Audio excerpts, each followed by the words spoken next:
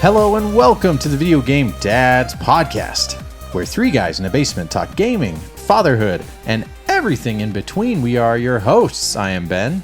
I'm Adam. I'm Michael. And I'm Sean. Ooh, there's four of us here tonight. I almost lied. I did lie, I guess, technically. So thanks for joining us. We are an family friendly, which means no cussing, but no promises. There might not be some innuendo. You won't have to do earmuffs, that kind of thing. We might let some adult jokes fly, but adult jokes you can say softly in a church. We're like a late 80s PG movie or a soft PG-13. Yeah. Yeah. Did you... I've talked about this. Indiana Jones was PG-13. The one where they pulled out the heart. Pulled the heart out? Yeah. Wow. PG-13, that one. Eating monkey brains. Where are you now? What happened? Stay on the road. You're driving correctly. You didn't have a stroke. You're just listening to a bunch of random dads that are tired, late at night, getting together, drinking some beer, and having a podcast. So we are family friendly. We try to meet as often as we can, which obviously isn't that often, but we got a lot of stuff to talk about. We have cons, we have releases, also a big kind of email snafu. That means we have a lot of emails to get through today. Yeah. We'll talk about that later. We have our fun patent pending video game book club. But before we get into all that, we should talk about where you can email us. Where can you email us, Adam? Videogamedads@yahoo.com. Yeah, and our Facebook, Michael. Facebook/Video Game Dads. Pretty close there. Facebook.com/Video Game Dads on our Facebook. No, that's good. Remember the We're joke. in America. So Shane for 20 episodes. It's a lot. And all of a sudden, when I got to tell you something, all of a sudden, it's like what the answer is for trigonometry. You just Google us. You should be able to find us, Video Game Dads. We do have video game as one word. Technically, you can have it as one or two, and both are correct. I looked that up when we did our podcast. We never talked about that. No, and maybe because it's not that interesting. Maybe it's not what we're talking about. It's not that interesting, but no, I actually have looked at the same thing multiple times, and I think we half the time put a space in and half the time don't. Yeah, well, all of our stuff. I try to be consistent. Yeah, sometimes you'll find us with and without. Just know that it's not like the Russian hacked version. If you find us, that logo is kind of easy to spot too. You can also find us on like a Twitter, and I've got a dead Instagram account that I don't check because we got to limit it. We'll never have one of them TikTokers, but you never know. Our MySpace is hopping though. Yeah, our MySpace, just wait for it to load, okay? You got to wait about 15 seconds. But once it all loads and you see all the glitter everywhere and you check out our top 5 favorite songs and our number one friend is Tom, giving that high five. Yeah, Tom's my only friend. Yep, he's awesome. So anyway, again, thank you so much for joining us. Apologies, it took a little while. It is the holiday season. We wanted to get a little Christmas episode in right before that. We tried to meet last week, and then we all kind of had something where we had to go down for the count, and we had a swap this weekend. We have swaps to talk about. We have games to talk about. We have a lot to talk about this episode. I'm excited. I think we should just kind of get started. We really are hoping 2022. It blows my mind. I'm going to say that out loud. It's almost 2022. Yeah, we're hoping 2022 will be a little bit more regular for you guys. Yeah.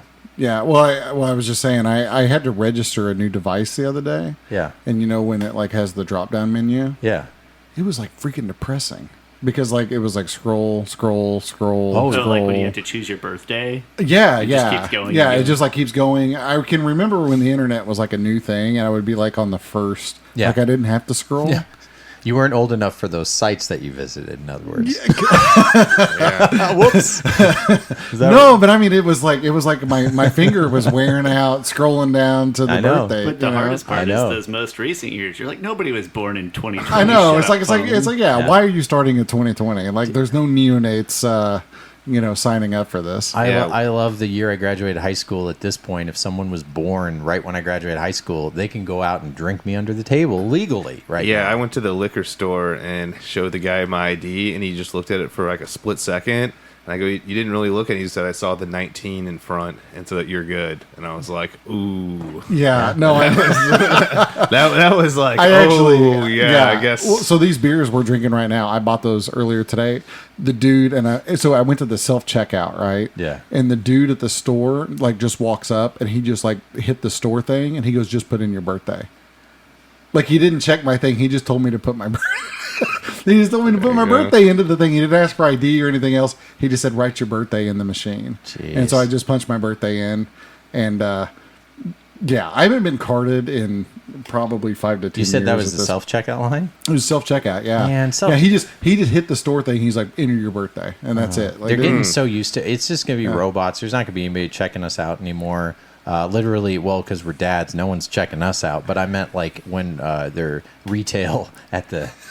You know what I mean? Sorry. You're just making that clear here what I'm talking about. No, man, we're going to be like those people on, you've seen, well, sure you guys have seen it, but the Pixar movie with the robot, I'm blanking, the little robot that picks up the trash. Oh, Wall-E. Wall-E, yeah. That's a good one. The guys that are on the cruise ship, you know, the adults that are on the cruise ship, the blob people that are on like the floating hover chairs, that's going to be us in the store. Oh, yeah. Like all of our bones don't like articulate Watching with one that, another. his and little we're just, fingers wiggle when he's reaching out for stuff. The Captain Ollie, or whatever. I think it's Captain Ollie. Yeah. That's I mean, my favorite part of the movie. Is just watching his little fingers wiggle. yeah, by the time we die, you'll go to the grocery store. You'll just be a blob in a floating chair, and you'll just like kind of point at something a little bit and go, "Ugh," and then a little robot will get it for you and take it to the checkout. You know, I was looking forward, they probably won't have it, but I was looking forward to being a mall walker when I'm older. But you're right, they probably won't have, maybe malls in aren't. space. Yeah, malls are definitely not going to be around when we get older. Man, I just want to sit. Yeah, but where will people walk around? Dude, you won't walk. You'll just plug a thing into the back of your head. Matrix. And then yeah. and then you'll walk around in a mall. Nice movie tie-in. You know, I like in a computer. Well, see, the interesting thing is because we live in a simulation, whenever we're old, we'll be in a simulation inside of a simulation. Yeah, and if we have dementia, we'll be in a simulation inside a simulation And not inside know a it. simulation, Yeah. and not even know it. Yeah. So, anyway, folks, Sorry. check out Matrix Revelations. Coming to a theater near you. I'm actually kind of excited to see it. We don't have to give any hot takes, as none of us have seen it yet. But I bet it's terrible, but I still really want to see it. I just want to see it. You know, seeing Neo and Trinity, and I know It has the original Trinity in it, right? It does, Because I saw Morpheus in it, and I'm like, that's not Morpheus. No, but, I know. But, No, it has the original Trinity. It obviously has the original Neo, which, you know, he's got the cyberpunk hair, but he actually was really good in Cyberpunk. I liked him in that. I wish they would like somehow figure out a way to make John Wick actually in the Matrix. Oh, That would yeah. be fantastic. You know, like it was just an offshoot of it. You know, like it was a side, like that was just one of his. yeah, that was a aberrations or whatever. it was a reincarnation of Neo is actually John Wick. That would be awesome. They'll probably I would do watch that in 20 years, the way Hollywood Yeah, does dude. everything. They're gonna like intermingle it. Talking about movies, in all seriousness, I did see Ghostbusters. I liked that. Wifey and I saw that. I liked the newest Ghostbusters. That was really good. I recommend it. Any of you guys see it? I did not. Oh, really? Jeez, I thought like one of you would have seen it. I mean, do any of you have any reveille? I don't know if that's the right word for the old Ghostbusters. 1980? Yeah, I really liked it. That was one of my absolutely. favorites. Okay. Yeah, I definitely Had all want the to see this one. toys. I just- Yeah, so guys, don't fight over there. Come on. What I liked about it was it pays a lot of homage. Yeah, it gets you tear jerking at the end. I just thought it was done really, really well. It reminded me of the first It movie, where it's like they get kids, but they're not like annoying kids. Like, I don't know. There's not many. Like Goonies was great, but like a lot of times for like 20, 30 years, kids were just used as like an annoyance in movies. And I kind of like they're back to like, no, let's actually get good actors and stuff. And you know, these are the people we're going to see in like 30 years going to rehab. No, 30 years winning Hollywood Oscars. True Story. Yeah. Winning Oscars, I meant to say. Yeah, that's what I meant. Not Corey Feldman or something like that. We're not a movie podcast. We need to stop talking about that. We need to start talking about video games. We've got a lot to talk about, guys. But I think what we should do first, before we talk about cons and everything else and the emails, let's get the segment out of the way, huh, guys? Sure. Yeah. Absolutely. The Video Game Book Club. Now that there's Halo 4 double XP under every cap of Mountain Dew, I have to start training! Because the more dew you drink, the more double XP you get! And the more double XP you get, the more I get to rank up faster! So stock up on double XP and I'll keep training like a beast! That way together, we can dominate Halo 4! 7,000. Are you with me? Yes! Yes. Now drink that dew! Advance your Spartan's career in Halo 4 with double XP under every cap of Mountain Dew. Enter codes at dewxp.com. All right, our Video Game Book Club is brought to you by Mountain Dew Game Fuel. Ooh. Thank you so much. I mean, of course, they're always a sponsor, and they've been a sponsor of Halo, and guys yelling at us to make sure we have our Doritos and our Mountain Dew. They came in hot because initially our sponsor was PB Crisps by Planters, but they wouldn't call us back.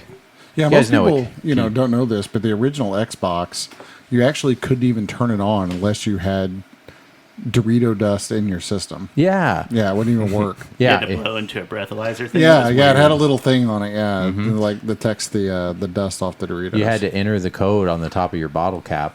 Yeah, and you had to yell at it. Mountain Dew, and then it would come on. Gamer gummies and stuff. Yeah, I remember that. People have saved some of those from, like, can you imagine having like one of those from each Halo release? Like that. Oh, you mean the consoles or the? No, I just mean like Mountain Dew in general. Like there's some crazy Halo fan that has like a Oh, there can probably is, of yeah. like all of the releases. And like all the standees. There was always standees when you went to the Quick Trip or which is Yeah. our gas station here. But yeah, there was this. Master Chief says, "Drink the dew, get the beaties." Oh.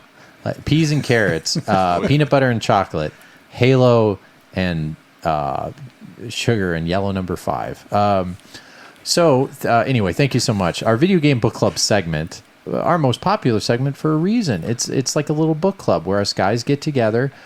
We pick out a game, not in the top 15% or so, give or take, of whatever system library we happen to be on. And we went through all the dang systems. We kind of are now hopping around a little bit. Yeah, there are no more systems. Yeah. And then we talk about, we pick it out, talk about the game on the next episode. And in between, we play them, much like a book club. Hence the awesome, obvious name, just like our own podcast. We keep it simple, folks. And then the listeners also have a chance to submit a book club pick, which we picked as well. So our 2 picks, our listener pick was X-Men Legends 2. Legends DOS, yes. Yeah, for the PS2 or Xbox. Or And, GameCube or mobile or N-Gage. or the N-Gage? Or- Oh, yeah. I have it for the N-Gage. Yeah, or PC. Why didn't I play the N-Gage version? Yeah, I know. I was kind Oh of I was really actually hoping that you were going to show up being like, yeah, I played it on N-Gage. Oh my gosh. Missed opportunity. Yeah, but when am I going to get an opportunity like that again? Who has an N-Gage? Who's going to then talk about it on a thing? And I miss the... I need to look at my N-Gage collection a little bit more. That's a slap on the back of my own hand. We would have Sorry, had to preface folks. this segment with like experiences may differ if you're playing it on the N-Gage. No, everybody knows it's the superior version. It is. It's the definitive. It's widely known as the definitive version, Yeah. as the N-Gage version. Yeah, you've got to, you might only have like 70 pixels to work with, but they make use of all 70. You got to take your battery off, put the game in, put the battery back in. Oh, and I've got version 2. You don't even have to do all that. I've got the high-end Q. version. I the like high-end that. version of the N-Gage. So that was our listener pick, and then our dad pick, Adam. Project Overkill for PS1. Yeah, Project Overkill. I think we should start with that. So let's get cooking, guys. Tell us a little bit about Project Overkill. All right, so Project Overkill, I picked it because I think sort of subconsciously, it actually was a listener pick. A friend of mine had texted the show a long time ago because after we picked it, he's like, "Dude, that's my pick." But it was my pick, but it was also his pick. But We better give it to them then. yeah, but it's listener been picks sitting this on my one. shelf. I bought it a while back, and I just haven't played it yet. And I remember seeing or hearing a lot about it and seeing ads in magazines, Yeah, a lot of EGM ads. and stuff I back in the remember, day. I remember that. Because this was kind of back in, it's a Konami game, and this is back when Konami was just killing it, Mid-90s. And because Symphony of the Night was coming out, and this would have been probably not too far from when Metal Gear Solid launched, and so Konami was like making good stuff back at the time, and they also I think had some money and really had sort of their efforts in the video game arena still at this point. Yeah. But in any respect, I thought it would be cool to play it just because I've heard good things about it. And it's also system exclusive, and it's one that not a lot of people have probably heard about or played. So Yeah. I picked that. So like I said, it's a Konami game, and it was developed actually at Konami Chicago, which I did not know was a thing because I always think of Konami being Japanese based. Yeah, Windy City. How long were they there? Does I that have. say it? I'm not sure. Okay. This game came out in '96, September of '96, Was it in North America. exclusive, or did it make it back? So it only came out in Europe and North America. So this is a Konami game that did not release in Japan, Wild. which is pretty wild. And the funny thing, like I guess Konami does have a North American presence because I was actually in Vegas just a couple of months ago, and when you land at the airport in Vegas, there's like a big building, like right next to the airport, with a gigantic Konami logo on the side of it, because of course they make, slot machines, gambling machines, and so on. Now that's basically most of their business. But that's kind of interesting. Just that, but it makes sense when you see the game that it was made in America rather than Japan, because this is very typical, like mid '90s Predator. Sylvester Stallone, Alien, like big action movie, big dumb, like blow stuff up and let's kill things kind of game. It's got a lot of bro-tude in it. Yeah, Loaded, similar. Yeah. So for those that don't know, it's a 3/4 overhead isometric. Yep. Action game. Yep. So like the original Fallout, I think was like this, or Fallout Jagged Alliance. So there's a lot of PC games around this time. Shadowrun. Yeah, sort of Shadowrun-ish. So it's that sort of thing, but if you can think about that sort of married with half of the RPGs at the time. Yeah. I don't know. Like I said, especially PC. I mean, when you look at it, you think, oh god, this looks like a lot of the PC games around that time. But there's no fairy guys in there with their hair all spiky in this. They would get shot immediately. This is very much because this is before shooters. It's so funny to see masculine games before it kind of went into a certain this shtick. is masculine game before first person shooter was everything. Or maybe at the tail end of before first person shooters took over, all the bro dude games. But it's like if Narc went isometric. I don't know. I mean, trying to give people a picture if they didn't play. But it's I mean, like I said, it puts me most in mind of like mid '90s Schwarzenegger movies, especially Predator. Just because it's, the scene in the helicopter of Predator, like that's kind of the attitude of this game. Yeah. So and about as much story. Yeah, and versus the PC games of the time, because the PC games of the time had sort of like leveling and inventory management and all this kind of stuff, and this kind of doesn't have all that. It's just a straight up action game. So when I say it's sort of this overhead 3/4 action game, but it's that married with a twin stick shooter, if that makes sense. And it's interesting because you play it with a PlayStation controller, which has a D-pad on it, then it has the 4 buttons on the other side. Yeah. So you walk with your D-pad, and then you aim your firing with the 4 buttons on the other side, if that makes sense.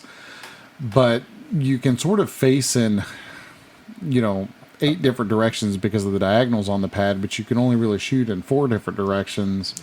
So that leads to probably the biggest frustrations with the game. Is sort of that kind of mismatch between those things. It really could have used the analog stick. Yeah, I mean, Just it would have been short. Yeah, it would have been better with an analog stick. And this game is just, it's hard. I mean, this is like old school, really, really difficult game. It is, yeah. And so you have to kind of, so there's pickups, there's health pickups, there's ammo pickups, and you only have, the thing that makes this game difficult, to me at least, is there's 2 things. One is you have a finite amount of ammo, which you rattle through pretty quickly. And then, so you have to shoot somewhat accurately, but it's sometimes very hard to tell where you're shooting.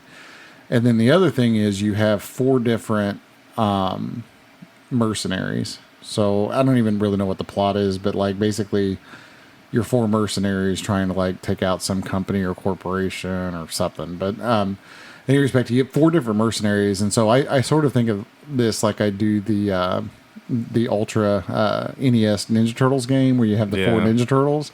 I was also thinking X-Men on Sega Genesis.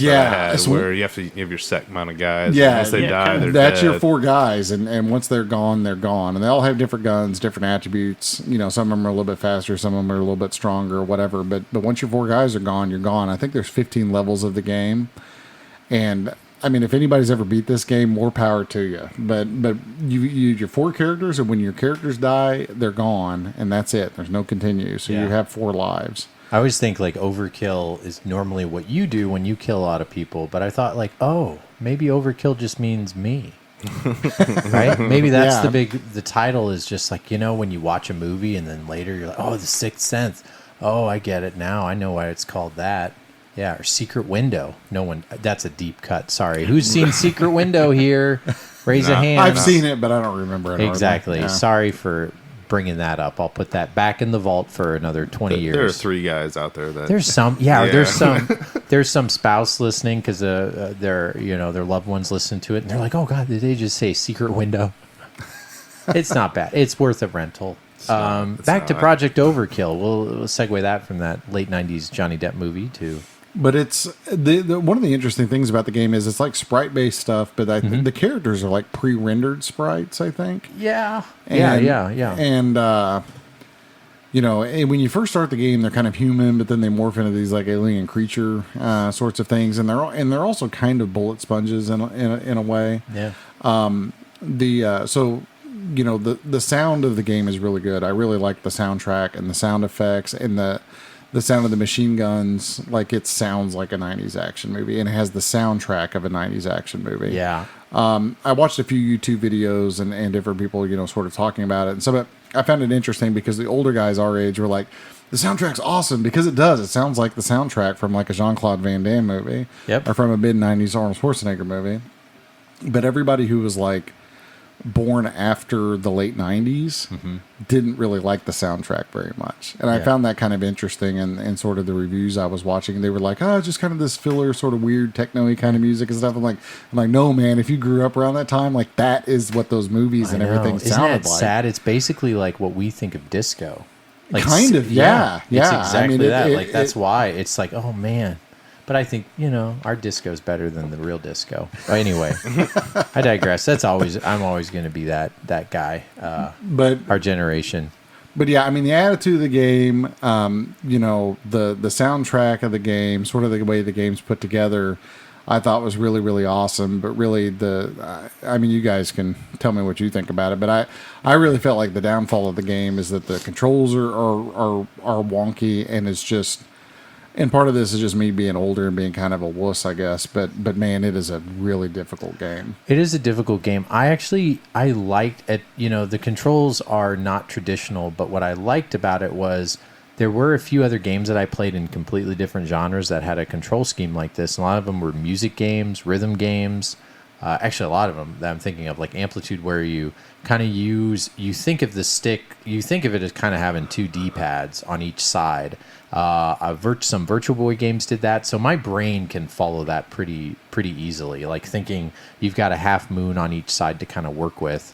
So it didn't take me too long to get used to the controls. But yeah, the same issue you had where you're dealing with that whole like, oh, let me just get to this angle where I can't quite get to you, but I'm taking too long of a turn or too short of a turn. Well, if they would have just put like a reticle or a line showing where your shot was going to go. You're right. That's a good idea. Like that would have made like a ton of difference. Because a lot of, and this is also time and place. I think a lot of games that came out after this took from this and realized what you just said was like, if we had Overkill except with a reticle, because that's, they're all blank on me now, but there's a ton of this is kind of a quasi twin stick shooter, Smash TV would have been like an original one, but yeah, Loaded from PlayStation. I love that game. It's one of my favorite PlayStation games. I just mean games that have come out since then. Not like Strife. I'm trying to think. One came out not too long ago. Next Machina is one of my favorite games. Doesn't that have a reticle? No, but your shots are so continuous that they basically work as that. Like a shooter. Yep. But yeah, I'm a big fan of twin stick shooters, just generally. But yeah, but like it's I said, we needed one. We needed one handicap here, like the 4 lives only. The really difficult challenge of not knowing always where you're aiming or trying to get where. I was constantly out of ammo. I don't know about you guys. I was most of the time. Yeah, it's like we needed one handicap to kind of help it. Way underpowered when you're out of ammo because all you can do is like punch. Yeah, and it is a really weak. Like you do it to break down the walls and stuff, which is kind of funny, but it's not a. I just like we needed one something to make it feel a little more tangible, like it was worth sitting down and trying to get deep into. Yeah, I feel like your goal was just to find health and ammo. No, it really was. Yeah, like instead of actually enjoying the game a lot of the time, was. That's what I think the downfall was. Yeah.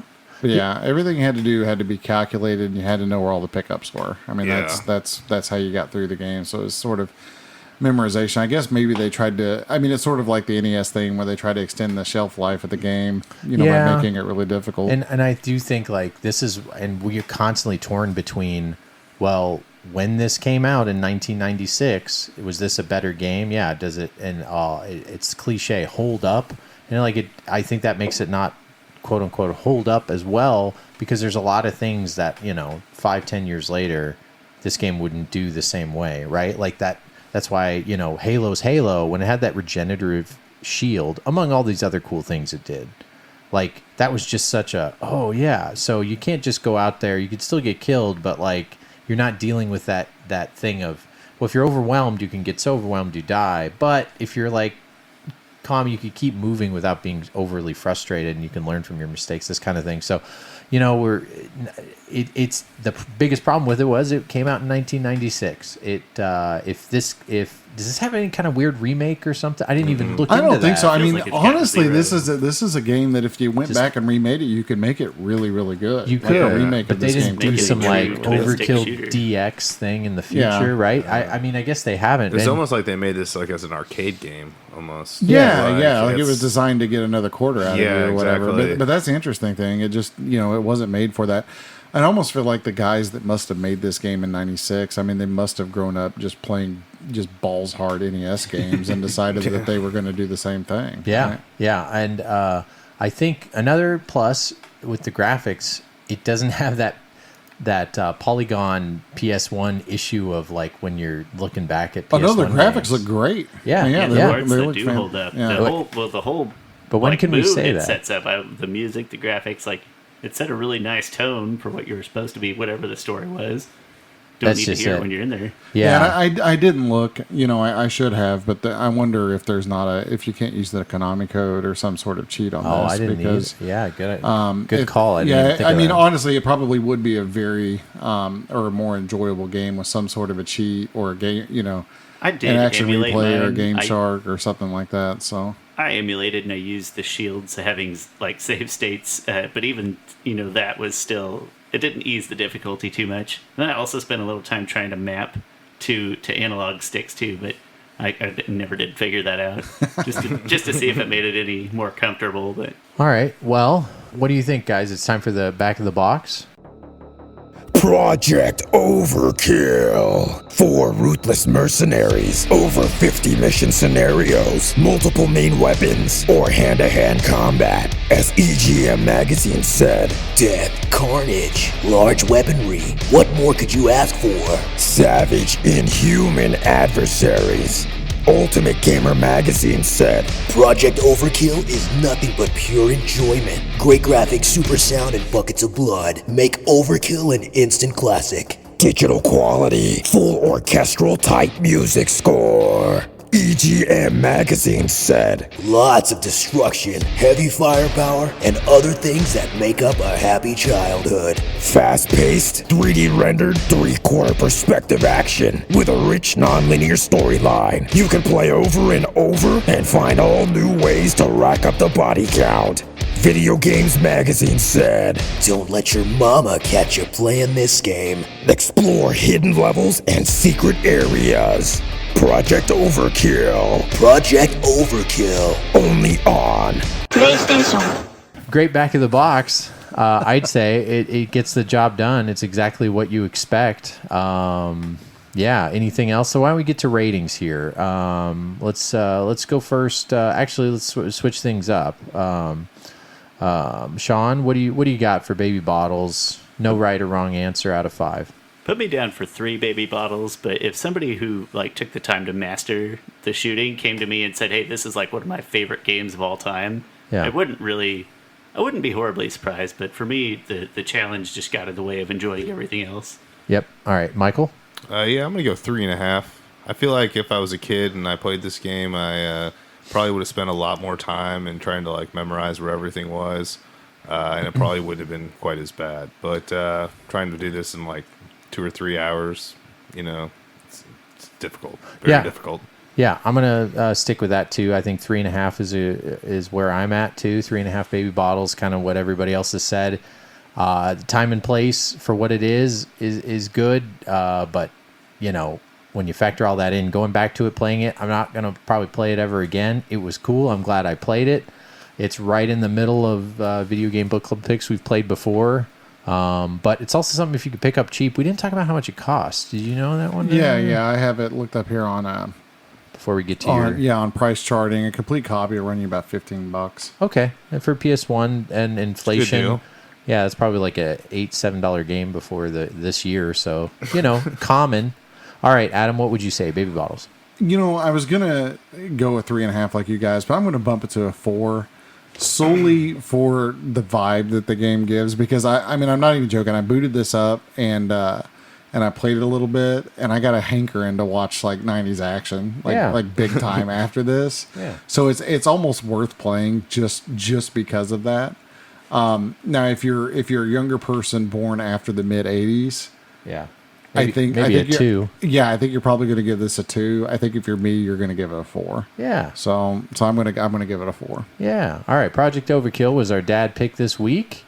All right. Thank you so much. Moving on. All right. So for our next pick, video game book club pick, our listener pick was X-Men Legends 2. X-Men Legends 2. And So- if PS2, Xbox kind of doesn't matter at this point because it was a listener pick. It's not like we were sticking on Yeah, so this came out on a 30% whole bunch engaged. of stuff. So there's a PC version, there's a GameCube version, there's a PS2 version, there's an Xbox version, there's a PSP version, there's a mobile phone version, and there's an Engage version. And pretty much most of the versions came out in 2005. I will say I watched some Let's Plays of this on the PC. Oh, okay. Yesterday, kind of before recording this, and I'm not sure where you could pick it up online for PC, but I played it on GameCube, and you're playing in like 480p, and so on a modern display and that kind of stuff. It looks really good on PC, Yeah. like upscaled to modern resolutions, just for whatever that's worth.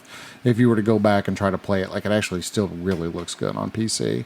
For those that don't know, this is I don't really even know how to describe these sort of Action games. RPG They're or kind of something? hack and slash, action RPG, sort of a dungeon crawler, Yeah. kind of thing. It's up to 4 players, but there's always 4 characters on screen, four X-Men, battling together, and it's a sort of a top down, slanted top down view. Of the action, so think about things like Diablo, stuff like that. As far as the view of the thing goes, and so it's primarily an action game with a lot of action moves, but it's RPG like in that you have characters, you sort of build those characters level up. They have move lists. You get sort of skill points that you can assign to different people and give them different. There's passive attributes. There's active attributes where they learn new moves or power up moves and that kind of thing. It definitely felt like it was one of those like entry drugs to RPGs. It is. This is like RPG light. So That's for me. yeah. So like I said, to me, it really reminds me of Diablo because it's kind of a button masher RPG, but it's not as inventory management heavy as like a game like Diablo would be. And something I like above Diablo, not to step on your thought, is a big plus is the characters, right? So you're not dealing with random fantasy characters. These are characters maybe you love. But that to me is the big pull and why it did so well. Like that's a big plus. Like you get all these new kind of systems, but what pulls you in is this is the X-Men. Yeah. I mean, it's your old familiar X-Men buddies, and it has a. I'm kind of blanking on how many people are actually in it. There's quite like a 12. Yeah, there's so playable characters. I'm just kind of eyeballing here. There's like I don't know 16, 18, 20 of them, something like that. And like I said, each of them have different move sets, but they also behave a little bit differently depending on who you have in your party and kind of who you have in your team. But, for me, I collected, back in the day, the X-Men trading cards. I don't know if anyone remembers these, but they were awesome. I still have mine. Yeah, so we collected the Fleer Yep. X-Men trading cards, and a lot of them had like the foil wrapper tops, and you turned them over and they gave the different attributes, and told which comic Yes. series they were in, and all the rest of this kind of stuff. And Yeah. and so like if you were a kid that grew up around that time, me, like a lot of other people, we sort of got attached to some of the more esoteric characters, or some people that weren't, not people who weren't just your Wolverines or your Cyclops or whatever.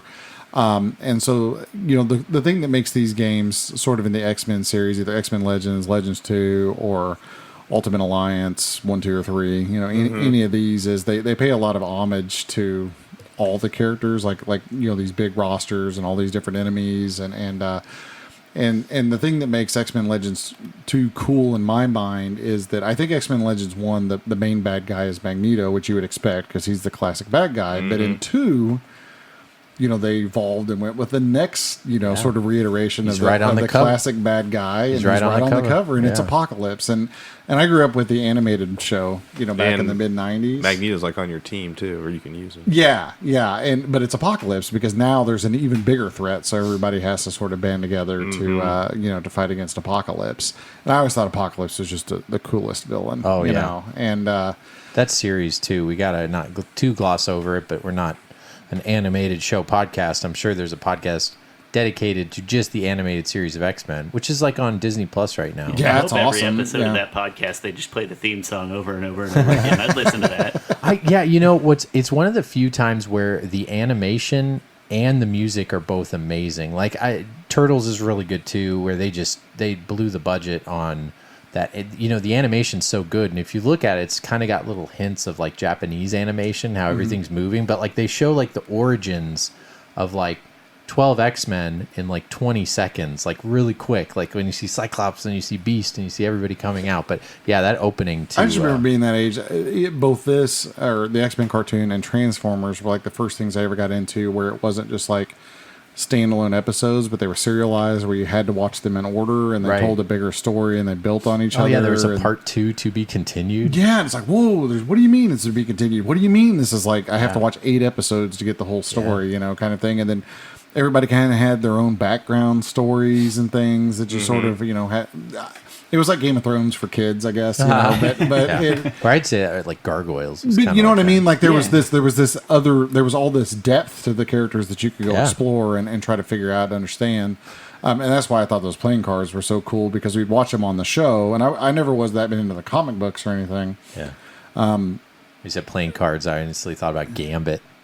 Yeah, but I mean, but we used to get the cards, and we'd be like, oh, okay, oh, that's cool, because you learned new little factoids about the people in the series. But if you got into that kind of thing, this game is sort of made for you, I guess. Yeah. But the other thing about the game that I find interesting and I really like is that it's almost sort of that comic book cel shaded type graphic style. Yeah. Mm-hmm. And I remember back at the time, things like Zelda Wind Waker or cel shaded games, just kind of in the general sense. I remember a lot of magazines and people sort of bagging on it, kind of being like, oh, it looks cartoony, it looks like it's made for kids and everything else. But I swear, setting in the year 2021, when I look back at games of this vintage, the cel shaded games like Beautiful Joe or this or Zelda Wind Waker, Cell Damage for Xbox. Even the Turtles, the games, even though they were repetitive, didn't play well. They looked good. Jet Set I think Radio. They even upscale better. Like they just look way better. Oh yeah, on a big screen they just and look so much better. Yeah. And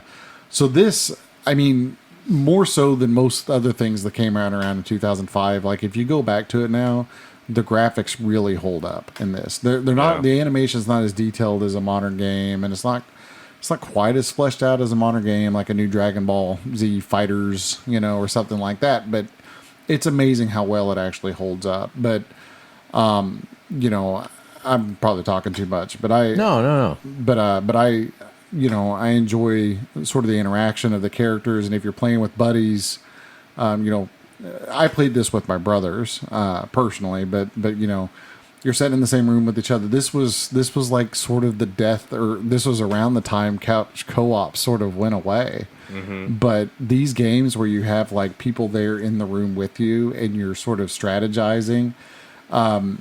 The interesting thing about the X-Men Ultimate Alliance or these games is that it's a lot of hack and slash with the rando characters that are sort of the fodder until you get to the boss. But when you get to the bosses, they have these intricate sort of scenarios where like one person has to do a thing and another person has to do a thing while a third person does another thing, and then the fourth person gets the boss, or whatever.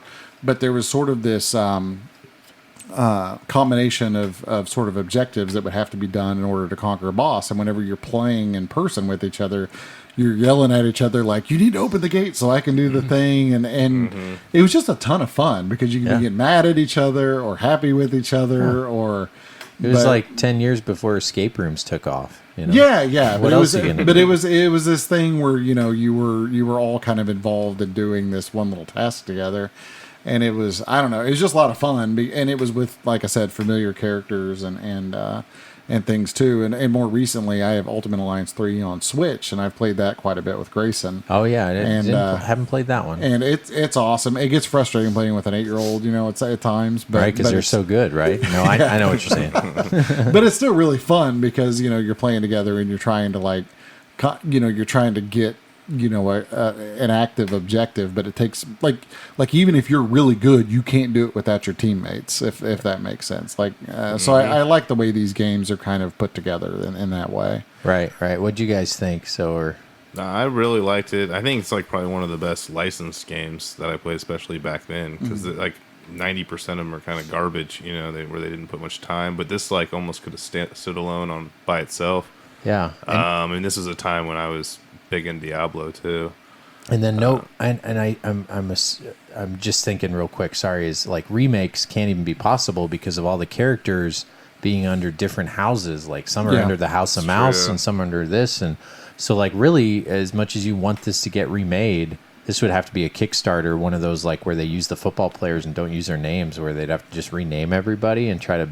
Yeah, this isn't going to happen. You got to just play these old ones, right? Yeah. Anyway, keep going. Sorry. No, I just really liked it. I liked how you could kind of have certain people do ranged attacks. I played on GameCube and by myself, obviously. So, but I just really enjoyed how the game kind of flowed, and like you guys were talking about with the characters, and I just thought it was real solid. And the other thing I should have mentioned this too is you have a team of 4 that's playing actively at any given time, but you could swap characters out. Yeah. Right. And while you're playing, you can play as any of the 4 characters that you have, and the other ones, of course, just become bots, controlled by AI. But I always thought that was really cool. It's I've felt like you were playing with a team, even if you weren't. Yeah, I mean, the enemies, the AI in the game, if you're playing single player, the enemies will focus on you as being the single player. But if your health starts getting low and everything else, you can switch. Yeah, you can switch to your other guy. So I don't know. I just think that's cool to have four players on screen that you can just swap between and be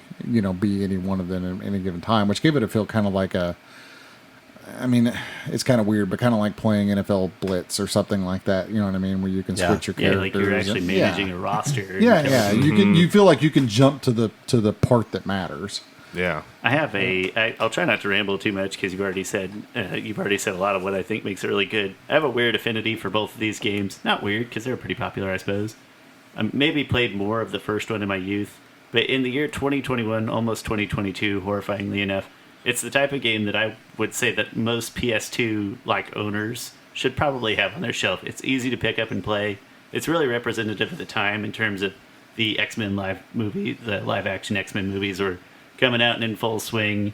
It's a genre that lends itself well to that time. It's probably my second favorite genre, that Diablo top-down action RPG type things. Mm-hmm. You could play it with family, play it with kids, barring a certain age. Grayson, definitely you could play this with. Yeah, and I think even this one, provided he's already familiar with the controllers, right? So I don't even think it would be a huge hurdle for him. I played it with my brother, who's 5 years younger than me, and so he's probably 10 and I was probably 15, and we always cooperated pretty well.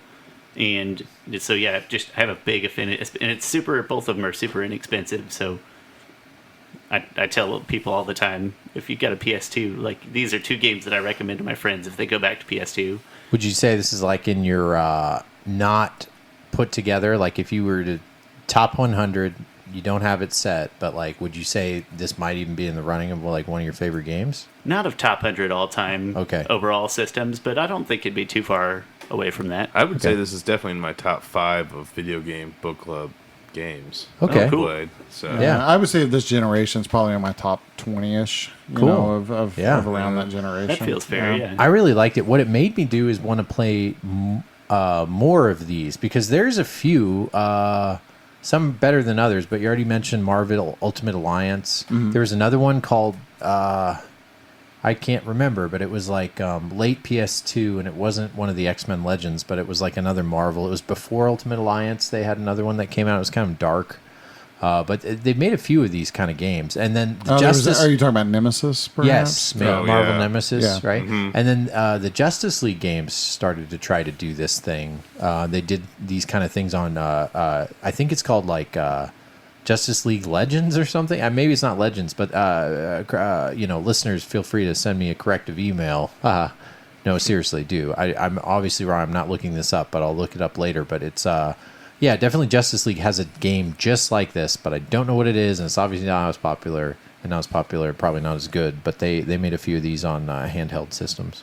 We've been pretty positive on it. It's probably worth noting that if this is a genre that you don't enjoy because it gets repetitive or something, nobody's going to blame you for that, but it happens to be one that I personally don't ever really get tired of, so... Yeah, the way I think about these games is that, I don't want to use the word mindless, but...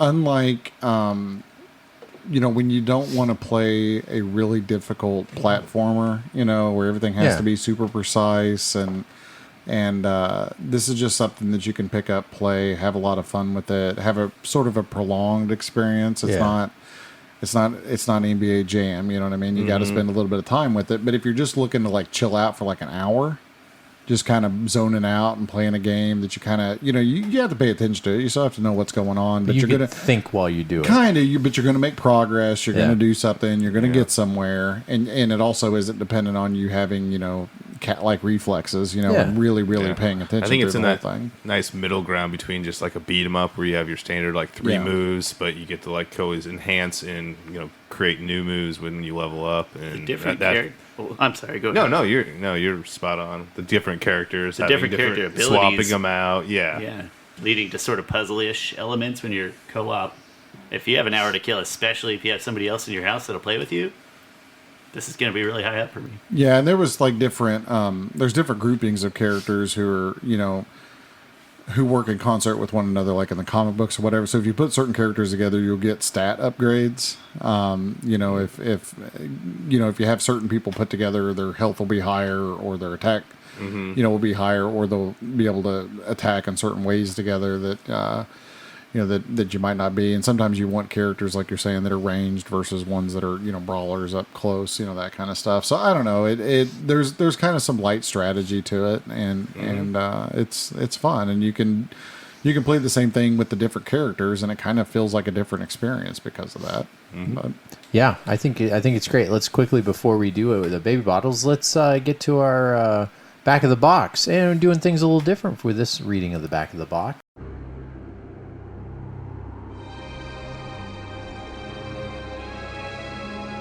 A common enemy calls for an uncommon alliance. Command a brand new story in the epic X-Men Legends saga. A secret prophecy has fallen into Apocalypse's diabolical hands. Unite the X-Men with their sworn enemy, the Brotherhood, and liberate Earth from the ultimate tyranny. Assemble previously unimaginable teams from 20 playable X-Men and Evil Brotherhood characters. Upgrade, customize, and unleash a massive arsenal of over 200 superpowers. Co-op with up to 4 players via local and online Wi-Fi. Game Informer says, more than a sequel, it's a bold new chapter for the X-Men. All right. Well, that was quite a back of the box. wowzer. Yeah, you'll hear a little bit more of that during our email segment. But yeah, mixing it up a little bit. But a really good back of the box. You're fired, Ben. Oh yeah, I know. That's okay. That's always what we want him to. We him now to all sound know like. that we're woefully inadequate. I know. Well, you'll figure it out when we get to emails. Funny story behind everything. So, guys, baby bottles. Let's get this done and out of the way. I think this is going to be one of our higher baby bottles. Let's start the other way around. Let's go with Adam. What would you give it? I'm going to give this a 4.75. Oh, you're splitting a baby bottle. I'm splitting the baby bottles and quartering. Yeah, quarters. Yeah, I agree. Yeah, I shouldn't knock it because I can't play it on HDMI very well. On Xbox is true. I'm gonna be right there with you. I think that's This is the second time. I Normally, can't I'm give it out a 5. It's just not a 5 type game. It's not a but- 5 type Yeah, game. but it's about as good as a game of this vintage of this type could be. Yeah, Yeah. I totally agree. And it made these games better because of it. And it did a lot of it improved upon it's what everything you want in a sequel. So I'm going to be right there with you for a 4.75. Michael, what do you got? Yeah, just to be a little different, I'm just going to go 4.5, but Okay. I could see that 7.5 coming. Okay, in. still, we're getting Yeah, real real high. solid. Yeah, All right. if we're going to go into quarters, I'll give it the 4.7. I was coming in at 4.5, but if we're quartering, I'll give it there. It's 4.75, not perfect. yeah. I know at 5, I can think of some 5 games, and it's not there, but it's awfully close. So very interesting. Overall, one of our highest rated games, if not our highest, yet not a single 5 between the dads, which really just shows, there's a little improvement there. But boy, you're not going to be disappointed playing this one. Not that expensive overall. No, well, it depends on which. Which I pulled GameCube's up all like the. around 25. Yeah, I mean, the GameCube, of course, is the most expensive version.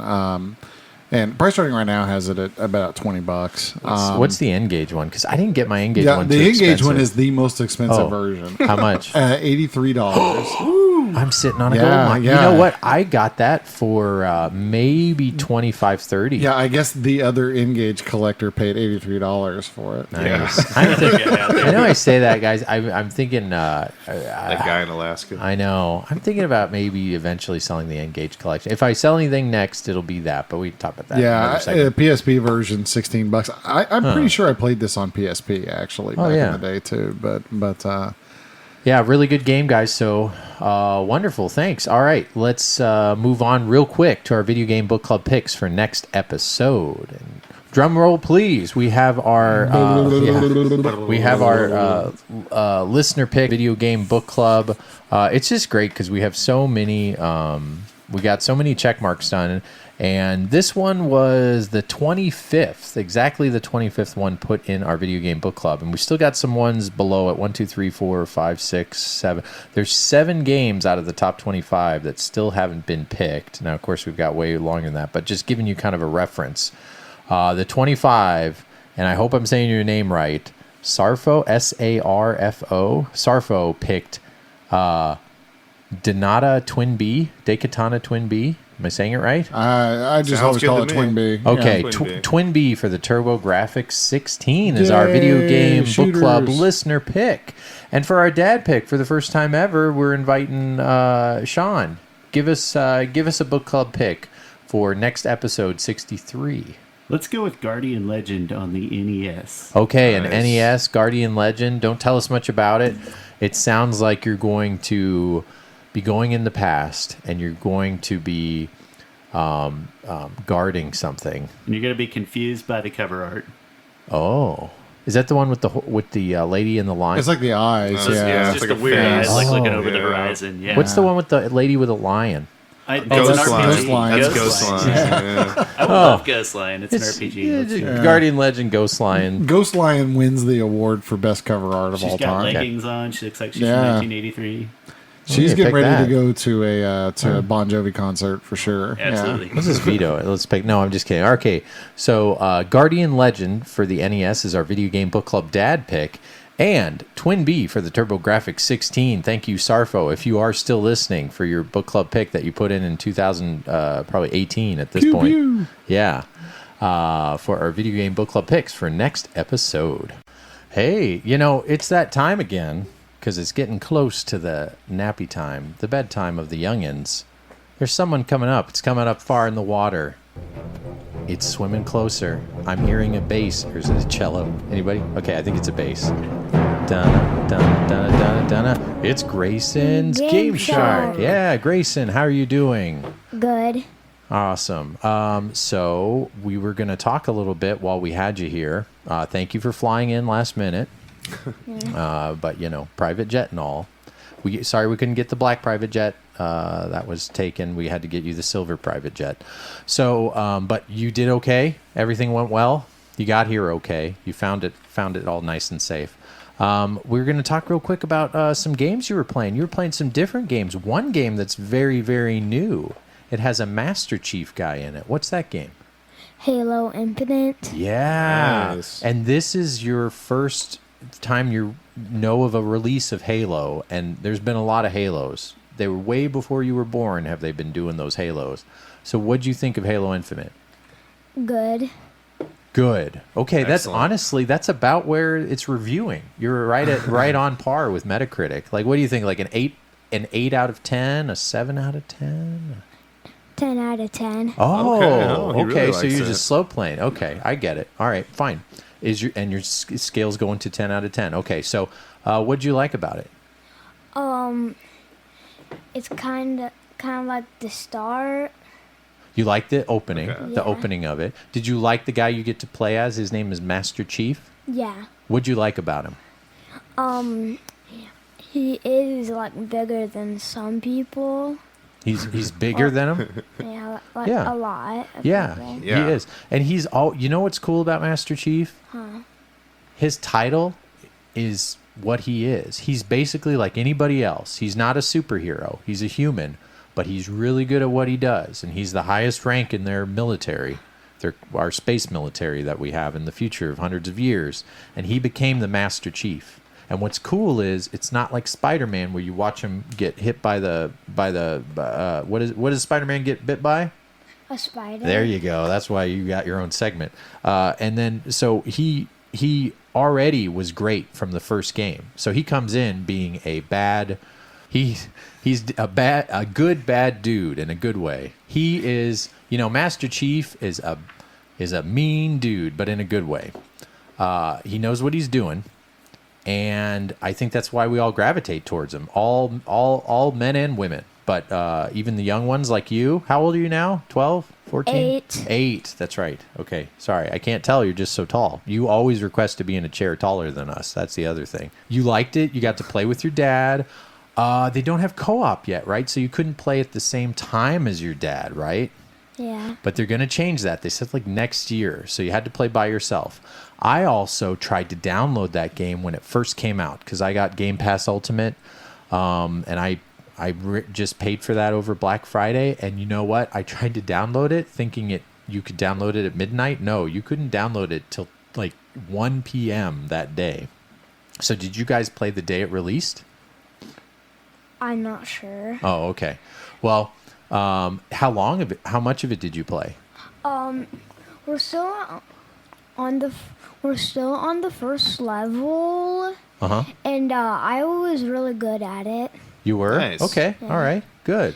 And there's another game and it's called Streets of Rage 4. That's a good one. Very cool. Did you like Streets of Rage 4 or Halo Infinite better? Halo. Oh, you did like Halo better, but you just wanted to talk about Streets of Rage to give it its Yeah. due. Okay. And there's another game I've played called Arrow. Arrow. Okay. What'd you play that on? Xbox Series X. Oh, okay. Cool. Nice. Not familiar with that one. What do you do in that one? It's like this. You have to follow like a white line that comes up. And I've played an easy level, and I was really good at it. Nice. And All that right. was like my first time playing. Well, that's good. Very cool. All right. Well, back to Streets of Rage, if you don't mind, since we're kind of hopping around a little bit.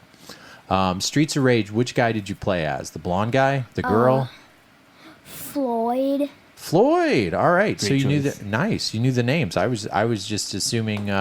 I was assuming you just knew him like the way I knew him. It took me years to realize his name was Axel. And Blaze took me a while to learn her name too. Yeah. Yeah. Not because I wasn't looking at her, just because I was preoccupied with what I was looking at, I guess. Okay. Yeah. All right. I know the struggles, right? So Floyd would you say Floyd's your favorite? Well, that's what I normally play as. Awesome. You know who my favorite is? Huh? Ask me. Axel? Oh, okay, thank you.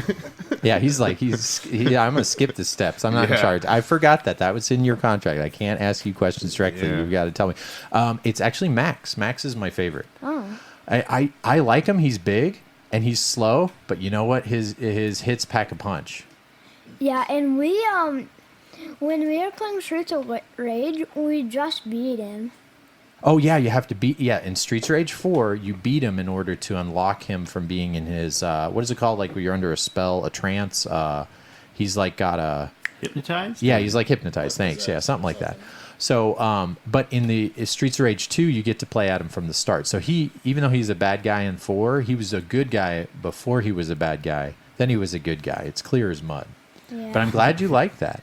And what's cool is, I mean, there's no blood in that. I mean, yeah, it's a little, it's cartoony, but it wasn't scary or anything, would you say? Or you be honest, was it a little scary or no? No. It wasn't? You took care of it? Okay, good. And what about Halo? Were there any scary parts in Halo? No. Oh, good. Okay. So you say it's pretty tame. You say kiddos like you and your friends around 8 could have a good time with both those games? I think you could. Yeah. Okay. All right. Nice. And you said you liked Halo a little bit better. Yeah. What was your favorite thing to do in Halo? And my favorite is Halo because you can grapple hook in that, Yeah. Nice. which is new to Halo. Yeah, that is very true. It's new to Halo. It's really fun. You unlock it pretty early. And honestly, that's one of the best new things of the game. Did you get to drive a Warthog? That's the car thing. That kind of looks like a Tank. tank with 4 big wheels. Yeah. Did you get to No. drive in that No. yet? Okay, No. you're in for a surprise. That thing's fun. That was one of the best vehicles that you can drive in a video game, and I like the name Warthog. Right? Yeah, and I have drove a car in another Halo game. Oh, what's that? Halo Collection as a Master Chief. Oh, here I'm thinking this is your first Halo experience. So you're very well versed in Halo. Which Halos have you played? Oh, you said the Master Collection, which has Halo 1, 2, and 3, and you've played Halo 1 and 2. Is that right? That's kind of what your dad's telling me. Kinda. Yeah, because it's hard to tell because the Master Collection has like 4 games, I guess, outside of Reach, which Reach is pretty good. Or wait, it maybe has Reach. Maybe it has. I don't remember. And we're on the last level of 1, and we just can't beat it. We can't get over the cans. Really? It All is right. very difficult. That's Yeah. all right. Started co-op. Yeah. Yeah. Gotcha. Okay. Yeah. No. Oh, I actually know which part you're talking about. Yes. That is So you kind have of to tricky. drive the gauntlet. Yep. Driving the gauntlet thing. That's tough. But you know what? When you do beat it, whenever that is, if it's 2 weeks from now or 2 years from now, it's going to feel good when you do it because games like that, they don't let you skip. I was just playing a game. What is it? Red Dead Redemption. I'll talk about it soon. But that game, if you can't win a shootout, like you're doing two cowboys are doing a little shootout. If I get shot before him like 5 times, it's like, do you want to skip this? Yeah.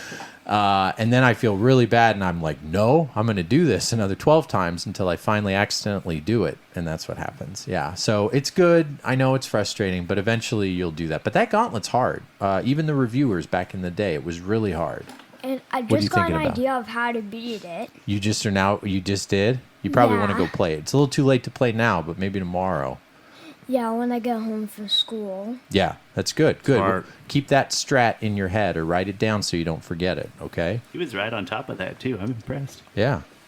Awesome. All right. So you love playing Halo. Anything else about Halo? You know what I like about Halo? The soundtrack and the music. Do you like the music to it? Yeah. It's kind of cool. I mean, it's okay if you don't think about that too much, but like the music is really cool with the chorus that go, oh, oh, oh, wah, wah, whatever it is.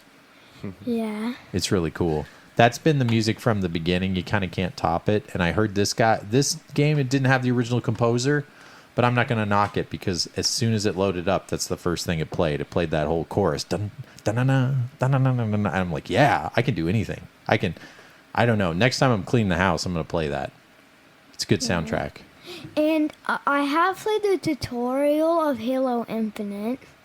So all the beginning of it, and you liked it a lot? Yeah. That's good. Good. Awesome. All right, I'll end with this because this is really important. And this was something Shane, who can't do the podcast as much anymore. You remember Shane, right? You Yeah. see him a lot. Shane always likes the guns. And you can do something where you butt somebody with it, a little gun butt with a certain type of gun. What's your favorite gun of the Halos? You could even say what it looks like if you don't know the name of it. It kind of has like crystals coming out Yeah, of it. it's called the Needler. Very good. That's a Needler. good choice. Good one. The Needler's a great choice. That thing's awesome. Classic. Yep. Yeah. Yeah. Good choice. Good choice. All right. Fun. Well, you needle away at only the bad guys, okay? And then I hope tomorrow after you get home from school, you figure out how to take care of that trench so you can finally beat Halo 1, then move on to Halo 2 like it's 2004. Yeah. Man, that was a long time ago. All right. Well, thank you. Swim out to the deep waters, okay? Okay. All right. See you later, buddy. And I was 9 years before I was born. It was 2004. 9 years? That's awesome. That's awesome. That's correct. As I'm finishing college. Cool. Thank you for reminding me you're going to be around a lot longer than me. Yeah. That's great. Quick math there, buddy. Yeah. Good job, buddy. All right. See you later. See ya. Bye. See you, bud. Bye.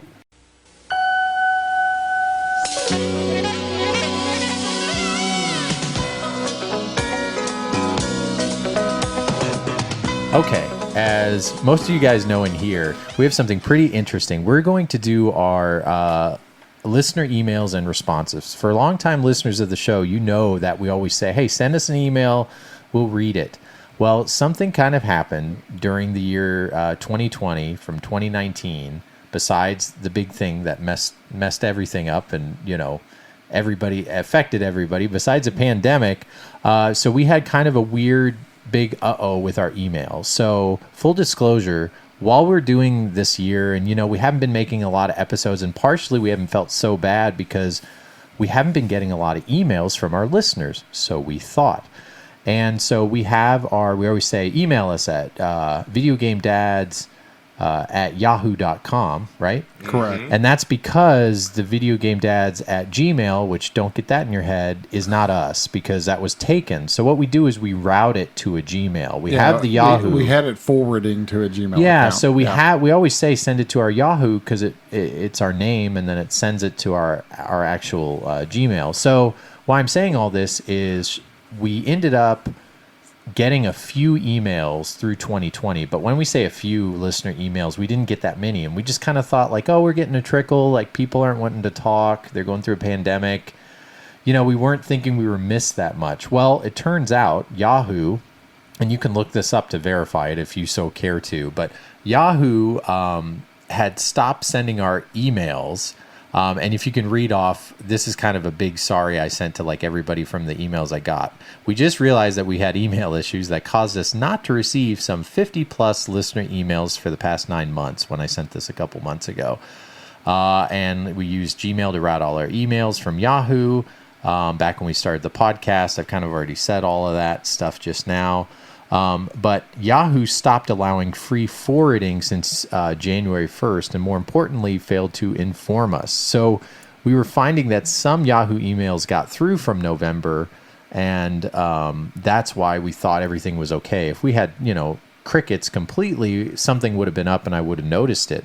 But then when we tried to log in the Yahoo, and then I saw that, they said basically like, everybody seems to use Yahoo for forwarding, so we're going to start charging for it. Well, I just missed the email. And also, Yahoo, I didn't know Yahoo was owned by EA. Yahoo, That's funny. yeah, Yahoo can go fly a kite. So, but what I did was I bucked up because I felt so bad. I paid I think it's like $7 a month. Or That's right. It was extortion. They were like, pay the fine. Or so I paid the details, fine to release our emails, and I saw all these emails there, and I instantly like felt in a way good, like, oh, you guys do like us. And then also, oh my gosh, we just didn't respond to you guys like at all. So that was kind of what was going on. So very few emails got through. That's why I kind of didn't notice. But unhappy to say sorry that we're replying just now for this stupid technology. So anyway, good news. We forked over the money for that subscription fee. So we'll be doing that for a while. So still can email us at our normal Yahoo. But I replied back to most everybody. So if you didn't get a reply, please let me know. But I replied back in late October that this happened. But what we have is now a lot of listener emails that we kind of got to get caught up on. So we're going to fly through a lot of these and then just kind of go from there. Does that sound good? Huh? Sounds good. Let's do it. All Rapid right. fire. Okay, let's get this first one in there. So this is from Aaron. And of course, thank you for emailing us. It helps us with a review. We don't have Patreon or anything like that, but if you give us a 5-star review on whatever you're listening to podcasts. Oh, and we are on Spotify now. Is that right? Correct. Sean? Yeah, That's Spotify. Spotify, because you were telling me, and then we had a couple listeners say they listen on Spotify. So I officially put it on Spotify the last episode. I don't know how that works. Oh, man. So we are now on Sweet. Spotify. I thought we were only on Carrier Pigeon. Yeah, so we're yeah. Just because that's our preferred method doesn't mean it's the only way out there. Yeah. So anyway, here's an email from Aaron, Express. and this was one. The funny thing, this was one that was even back in 2020. So they didn't forward this one in December, which is odd because they said it would be at the end of December. So this was one of the oldest ones. Hey, fellas, my name is Aaron. I live in California, 31-year-old video game dad. My daughter, Cortana. Yes, that's right. Right? I like that. Is 4 years old. I hope all is well with each of you. It's 5 now. Your wives and your spawn. I know, 5 years old now. This is going to be a 2-part email, so please bear with me. First, I'd like to get into all the praise and appreciation I have for you guys. Thank you. I won't get into all this gushing. Well, he did capitalize never, so I better say that. I have never in my life been into talk radio podcasts, felt they've somewhat been like an outsider because I feel like I'm the only dude on earth that wasn't listening to podcasts. Somewhat grueling commute, so there was a morning I just couldn't decide what genre of music I was in the mood for, had the urge to listen, to just try to listen to a podcast and see what the fuss was about. Opened the app. Side note on the app I found you guys on was Google Podcasts, typed in video games. Didn't have to scroll down very far, and then I listened to episode 0. Next thing, I'm at episode 56. Wow. So at the time he was typing this up. So he's a gaming cliche. He had to have a kid since his daughter wasn't born. He felt connected. He wasn't really felt connected with anyone as much as he did with you gents, particularly in the new ways of life we have to adapt to while also being gaming addicts. So being a dad, being gaming addicts, if you guys can follow that. He's writing it correctly. I'm not reading it correctly. It's hard to tell if your childhood friends, you can't come and play video games from time to time when you wake up all the way until you go to bed with your eyes bloodshot red anymore. Yep, that was fun back in the day. So hearing you guys express the kind of lack of time to play is refreshing to know that I'm not alone in this aspect. But I digress. I could write a whole essay to you guys, but I know you guys are busy. And again, this poor guy sent this big gushing email and then crickets from us for like 10 months. So anyway, he said, the last part I think I'm very interested in, he says, I'm a voice actor and I have skills and ideas that I can add a little extra flavor to your humorous aspect of your podcast. Not that it's lacking, but I think it could potentially kind of help with sprinkles on an already delicious cupcake. Well said. Yeah, that's wonderful. Even though cupcakes. Cupcakes. Side note, my dang, yeah. You had me at cupcakes. Yeah, right. And then he also says he was one of the voices for the Leapfrog Toy Company. He's done voices for e-learning books, interactive games, Call of Duty, Turtle Beach, other things like that. I'm probably finally old enough to play some of those Leapfrog games. Yeah. So what would you like to propose to free of charge working for you guys? He'll provide miscellaneous sound clips, fake sponsor ads. You kind of know where this is going, just as a way to say thank you. No catch. Just let me know. Plus, you guys kind of owe me. Let's see. I said, whatever you guys are doing, however I can help. Plus, you guys kind of owe me because my wallet has been trembling since you guys started doing the handheld holla. I've purchased like 25 GBA DS games in the last few months, and I'll be more happy to go into further details, answer any of your questions you guys have for me. So if you've read this far, thank you so much. I hope it strikes your content strikes a very important chord with me. I really hope to hear from you guys because I have some great ideas for you, the podcast I know you'd certainly love. Creatively, Aaron. So obviously, if you heard our last episode, when I was editing was when I realized about this snafu, so it's been a while. So if you heard the Nintendo skit at the end of the last episode, that was him. So shout outs to him, and I messaged him back, and he's obviously the guy that does the. So you can find him on Twitter if you want to reach out to him as a voice actor. Works in California. So thanks so much. His name is Aaron Nurse, last name Nurse, as you would guess. But he's also on Twitter, so you can reach out to him. But he's also reading our back of the box, so that's why I waited to talk about this till after. So he gave us a really nice email, and I think that's really awesome and good for you, man. Yeah, I started doing the arts, and I couldn't keep going with it. So that you got a daughter, you played games, you gave us a really great email. Really appreciate it. Yeah, what do you guys think? Do you guys like the skit of the Nintendos? He sent a whole bunch of other stuff. No, he's really talented. Yeah, we'll throw in some other. As a person with no talent, I appreciate that. Yeah, pretty good. So now if you hear any of that, we might sprinkle those in here and there and little quips in between our segments. He's got a few of those for us too. He just came up on his own, and he was still listening, even though, can you imagine sending all that, doing that work, and then we didn't get back to him. So feel a whole lot better about that. All right, next email. One of these is just so the retro gaming conventions. Here is a viewer pick. So this one is from Sean. He is wanting us to play the Unholy War for PS1, 3D fighter, strategic elements, campaign mode. Anybody play this one? No. Okay. Totally unfamiliar. All right. Yeah, well, that'd be a good one for the Unholy War. Yeah. Unholy War for the PS1 will be added to our book club. Okay, next. Hi, my name is Sean, and I'm from Winnipeg, Manitoba. Nice. Oh, my goodness. Yeah, We love our Canadian listeners. Hey?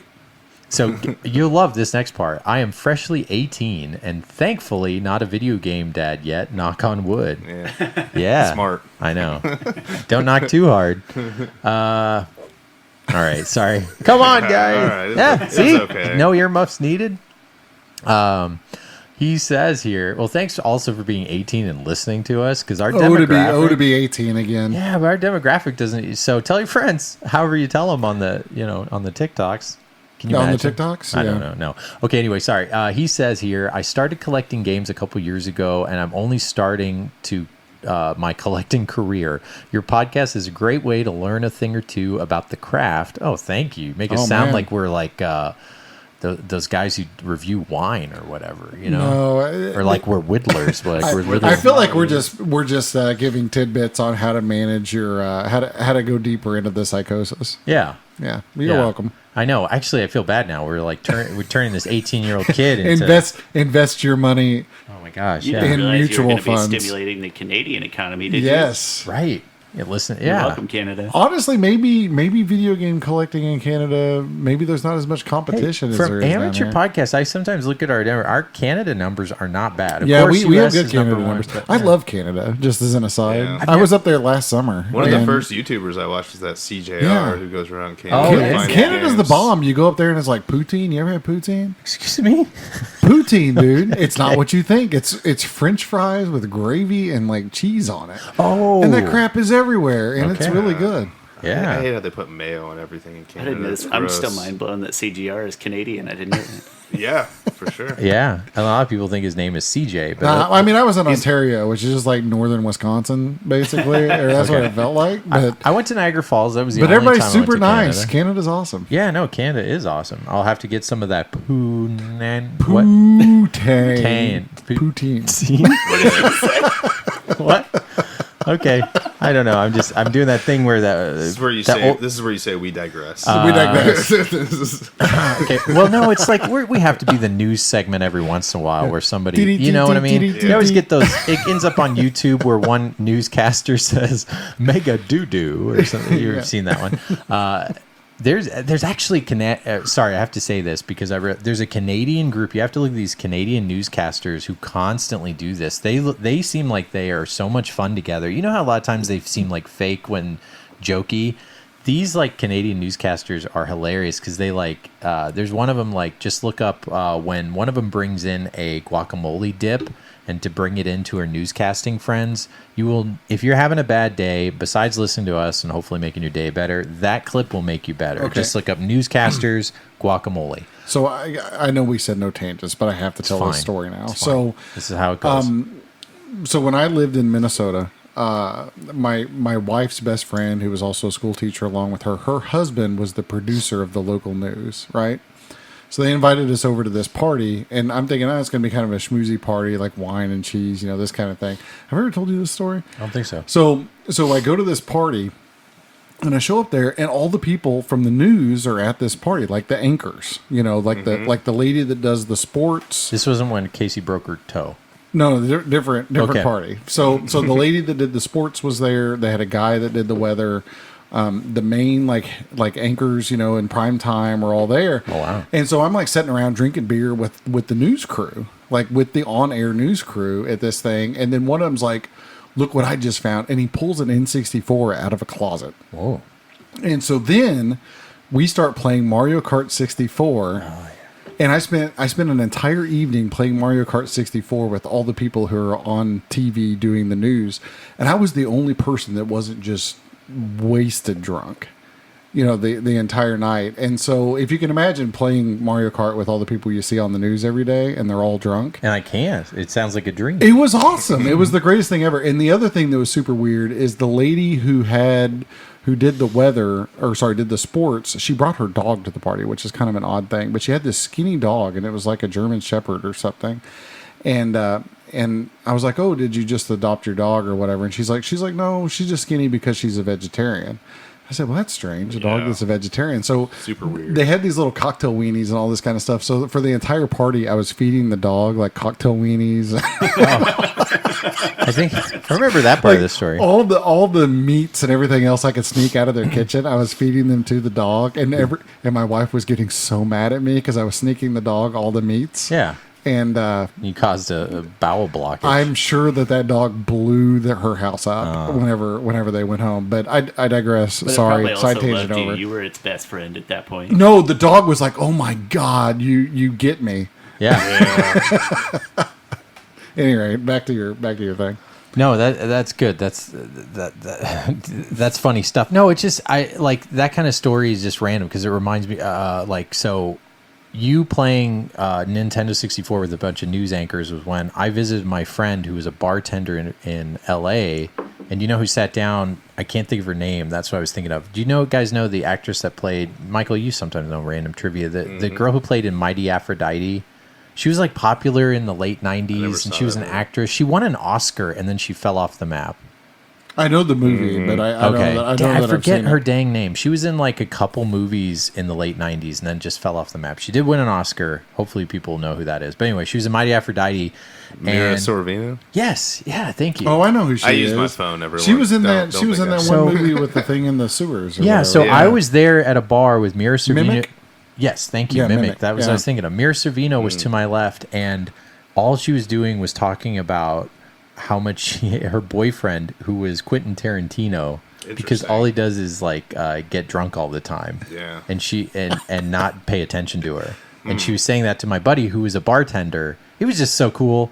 Again, it was a random thing, and I had a couple drinks myself, and I had to pretend I didn't know who she was, and I didn't know her name at the time, but I knew I recognized her. Anyway, that's my story of randomness that doesn't really mean anything. So, our tangents used to be better, folks. We're All really right, sorry about that. Tangent over. Yeah, let's get back to this Back to emails. 18-year-old in Canada. So anyway, he says, thank you for all the hidden gems. I have never been on a podcast. Again, this is the second one in a row. I've never been a podcast guy. But somehow it kind of sounds like we're into like a seedy line of work. Like everybody's like, we're the entry drug. I know, I guess.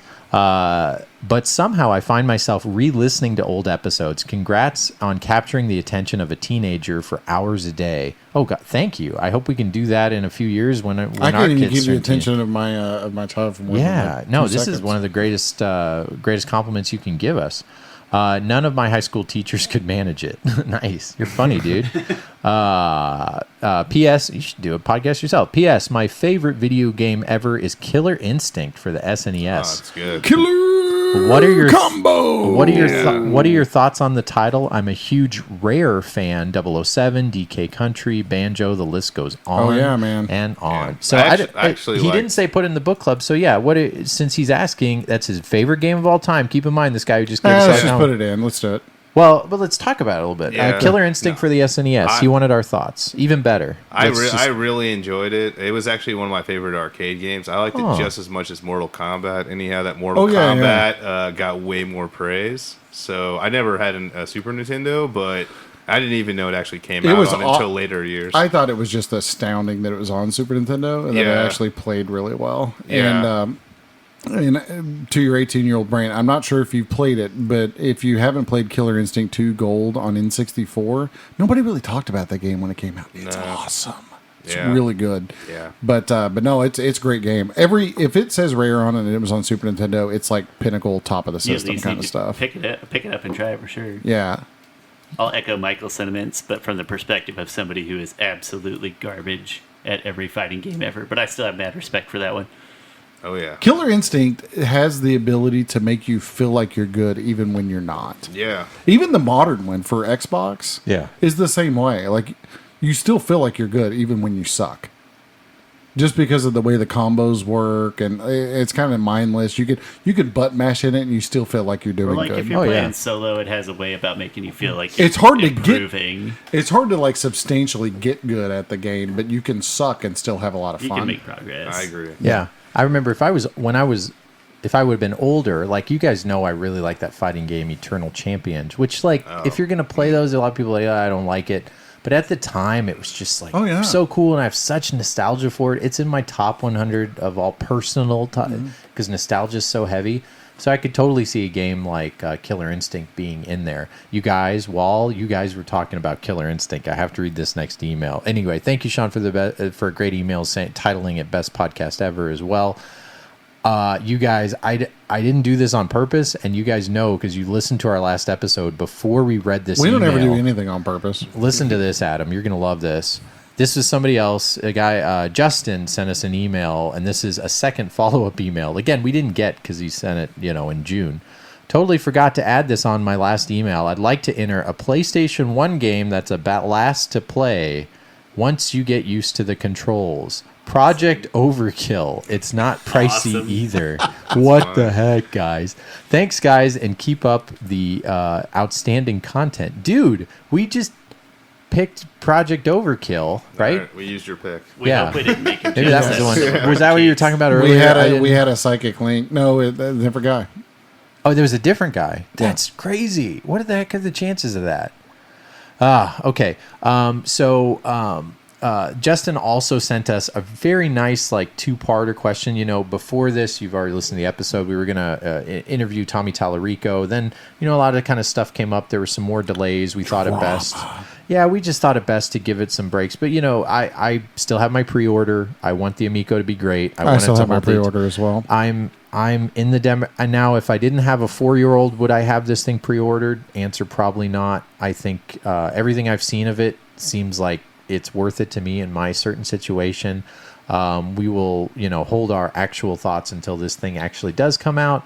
And we're really sorry. And here's the other thing. I thought we didn't get really hardly any email questions, but we got a lot of people sending us questions. So that's why, again, this is so double fold. I'm saying sorry so much, but we didn't do the interview also because I thought we didn't get much response from our listeners to even ask us any questions for Tommy when I said, hey, I'm going to give you some merch if you send us questions. Well, we didn't get those questions, and I thought, well, no big deal. We didn't have it. So you sent us some nice questions for Tommy on that one, and we'll just save that.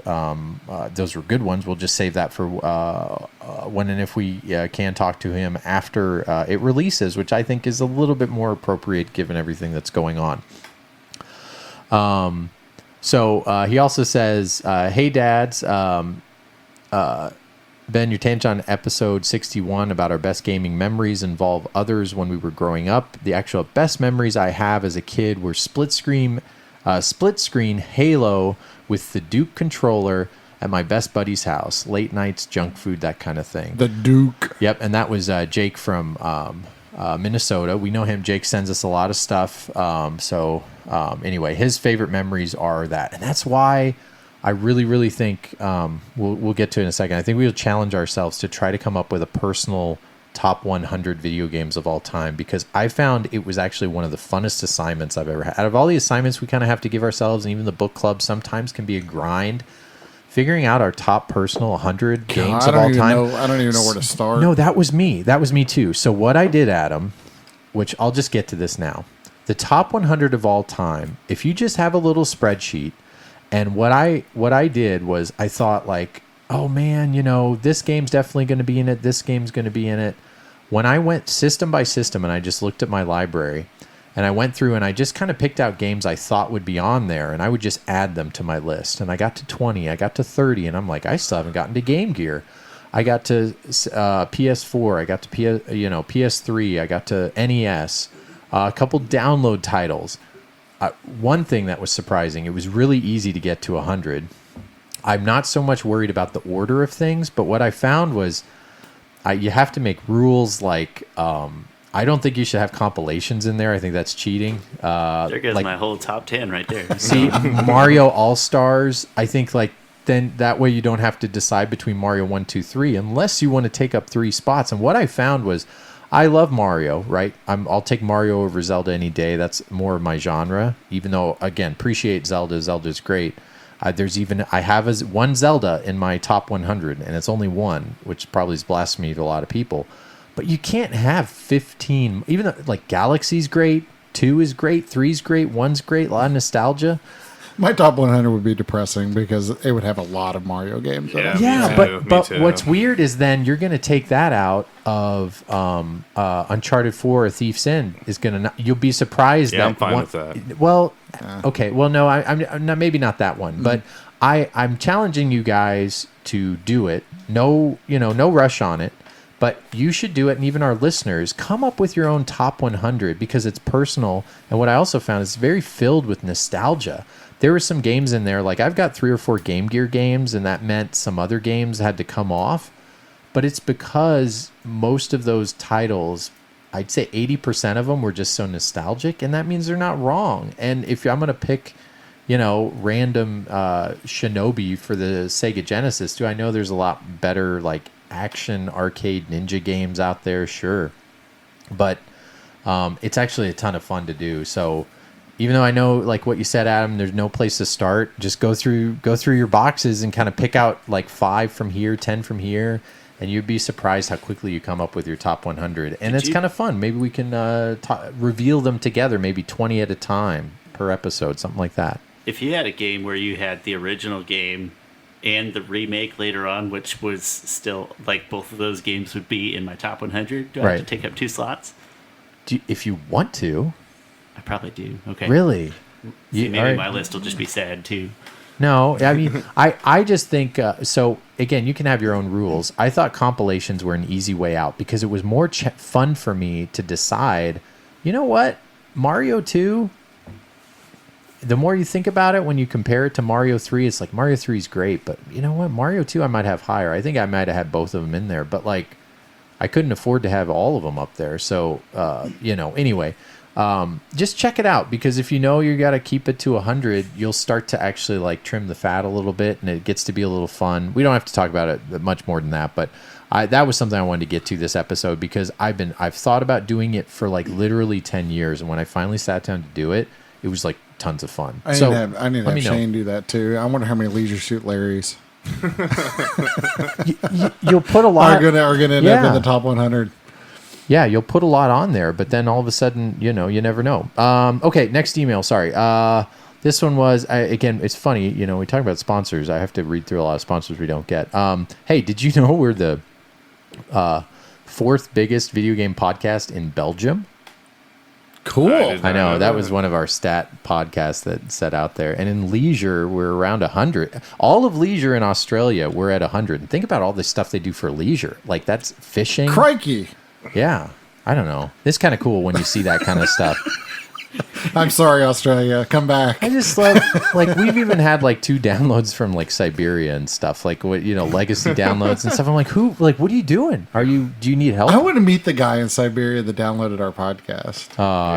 Email us if you have it. Yes. Well, he's got to. Yeah, email us Siberia. We want to know. Yep. Okay. More sponsorship ones. Thank you. I'll click that. And again, it's just because we don't want to disappoint anybody. We don't want to mess with sponsors. We got another like Manscaped, Dollar Shave Club. We don't want to do that to you guys. We just don't. We don't think our content's good enough to be sponsored. We like our 80s sponsors. Weird system find. This is another Jake one. Hope you guys are doing well. Saw this the other day. Had to snap a pic. Have no idea what this is, but maybe you all might. Thanks for the content. Even if it's a little inconsistent, we still appreciate it. That's Jake again. Yeah, look at this. Can you tell what that is? Oh, yeah. Those are RF switches from like an Atari. Yeah. Yeah. Oh, yeah. Yeah, Jake, if you were old, you would know. Yeah. He could be being tongue-in-cheek there. Maybe, yeah. There was I remember having to get behind the TV with the screwdriver, and the little prongs. Mm-hmm. These guys. Yeah. Tighten them up. Tighten them up, and then you had to make sure it was on channel 3 or 4. Yeah. Or whatever, had that little slide on it. Yep. One of my random prized, quote unquote, prized possessions is weird. It's RF and it's an internal CCTV switcher. So if I wanted to, I could have like 5 or 6 RF systems. I wouldn't, but if I wanted to, I could have like 5 or 6 RF systems hooked up to this switcher that wasn't meant for like some company's internal CCTV monitor. Yeah, you could also broadcast illegal channels. See, we're going to have a lot of fun. All right, next email comes from Ryan. Subject, big fan. Hey, y'all, I'm about to become... it's like, okay, I'm sure this is back in April, so... Congratulations. Congratulations. Long overdue. I sent him over... Again, I can get to... Okay, I'm about to become a video game dad, too, and look forward to your podcast every few weeks. I've been going through most of the back catalog, and the nostalgia is real. Keep up the great work. I remember renting and playing Maui Mallard in Cold Shadow. Oh, yeah. Oh, yeah. AKA Donald in Maui Mallard for the SNES. And I'm wondering if it still holds up today. Would love to see what y'all think. If you've played this game or could add it to the pool of book club picks. Well, we're going to do both. We'll give you a little snippet since a couple of you guys said yeah, and we will put it in the book club. I'm doing it right now. That's one that I have and I haven't played, actually. Okay. I think I played it way back, but I don't really remember anything about it. I always thought it was odd that they would make a game from a character that was... Donald Duck's kind of a side character, and then Maui Mallard being like a side character, like an alternate version of... Or like a character of the character. It's just a weird thing to pick to make a game out of. That's all I'm trying to say. It's like, why would you make a game out of the side character of the side character? But that's what it is. Maybe it's good enough. So we will add it to the book club. Thank you for listening, and thanks for the email. It's like Darkwing Duck. Next one, if you guys, longtime listeners, you'll know this name. Nerdtron sent us one back in March. Hey, dads, enjoying the show. Just wanted to say I'd love to hear your top 50 games of all time, however you decide to share them. It's always interested me to hear games that influence someone's taste in gaming and the stories behind it. Have a good one, and I'll catch you on the next episode. We just didn't catch you on the next episode, but this and another email was the one that said 100. And anyway, thanks. That's what we're doing. That's what we're working on. I'm trying to work on it, Nerdtron. I'm trying to get the dads to do this. But try it. See what you do. No, you don't have to come up with all 100 next time. You don't have to order it. But just start putting together a list. And what I loved was I thought all the games in my head where I'd say, oh, that's in my top 20. And I'm struggling to put it in my top 100. That's the cool thing that I found from all this. But anyway, okay. Next email. This one comes from Jason. I'm going to go fast through this one, cut it down. I've been listening to some episodes recently and wanted to let you guys know that you're doing an awesome job. Thank you. Like most of your listeners, I'm a dad in my 30s who grew up playing games. I started with the Genesis and now own everything released since, except the Wii U. Oh, well. Aww. Now you're not a fan of Adams, but everybody else is okay with that. No, I'm just kidding. But I collect for the original Xbox, and the 360, mainly due to the price of anything older skyrocketing. This guy's smart. Yeah, he was smart because this is February, right when everything was going nutso with the prices, and they were saying the PS3 is gonna close up, and the PS3 went up, and then everybody who's not into PS3 thought the sky was falling. It's crazy. I discovered your show when my wife was pregnant and got a few episodes in before giving it up and doing the baby things. Now that my daughter is nearly 1, I've started from the beginning and wanted to send you an email with my thoughts on some things that you have inspired me to look into the first few episodes. All right, here we go. You single-handedly got me interested in the PSVR, which has worked out great. It's a load of fun and getting a lot out of it, and even though it's a little effort every time I want to play. Yeah, that is true. The wireless one's coming later, so awesome. You got, and no one else plays the VR here besides me. No, I do. Oh, you do too. Yeah, Okay. yeah. I've got that on a Quest, both. And then also, he's never heard of the Game Boy Macro, but after following the tutorials, he's now ready to paint his own. It's becoming a project, and he's really enjoyed it, and he really wants to do more of it. Well, great. Thank you. I'd like to say I was the one that put the Game Boy Macro in your ear. I think that's the coolest little kind of hacky system. I saw one just last week. Yeah, there was one at the There's one con. at the swap, yeah. Yeah, and they were asking a lot for it. But you can get them kind of anywhere. But the Game Boy Macro is great. For those of you who don't know, it's basically a DS that's been lobotomized, or what is it when you take Surgerized. What is it when you take Amputated. decapitated? Thank you very much. We'll have to look back in your history a little more, Sean, for you coming up with decapitation so quickly. But My wife's got a weird job.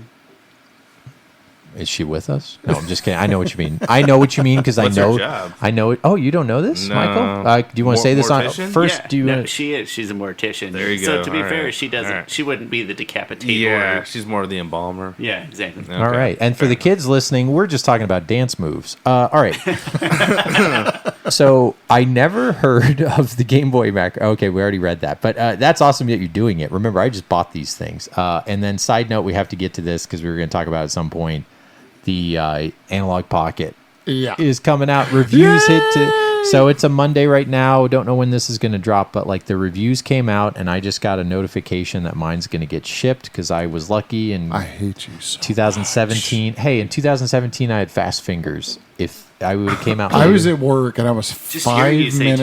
2017 like stabs me. I in the was heart. 5 minutes late to the thing Or and it 18. was too late. It was it Yeah, 17 or 18? I think it was 18 actually. I That's still, that's all- only had one kid. Now I got three. It was a long time ago. So that's I- for sure. I got a lot more sleep back then. Yep.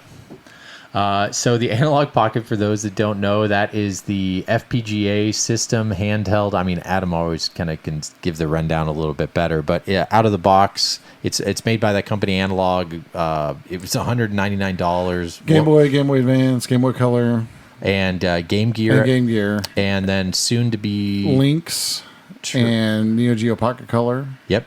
and what else? Master. Yeah, I think Master System maybe. I Somehow. can't remember, but it also has an SD card slot and it's also programmable. So they're going to release a bunch of new FPGAs. It's eventually going to play NES, SNES, Genesis, TurboGrafx, et cetera, et cetera. That's not confirmed, and I can't say that that's going to for sure happen, but it's going to happen. That's always what does Yeah. happen when they Nice. release this thing. So yeah, they're basically releasing it already jailbroke. So yeah, so it's everybody kind of wanted this thing. It's been delayed because of issues with COVID, and I'm just so stoked that this thing might be in my hands as early as next week.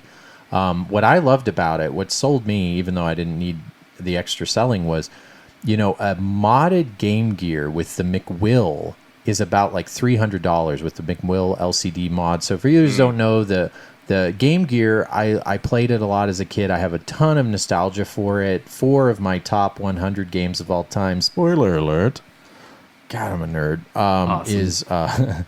is from the Game Gear, right? So the LCD technology back when it came out was amazing because you had a color screen when you were a little kid, but it looks terrible now. It doesn't hold up, And they all broke. Yep.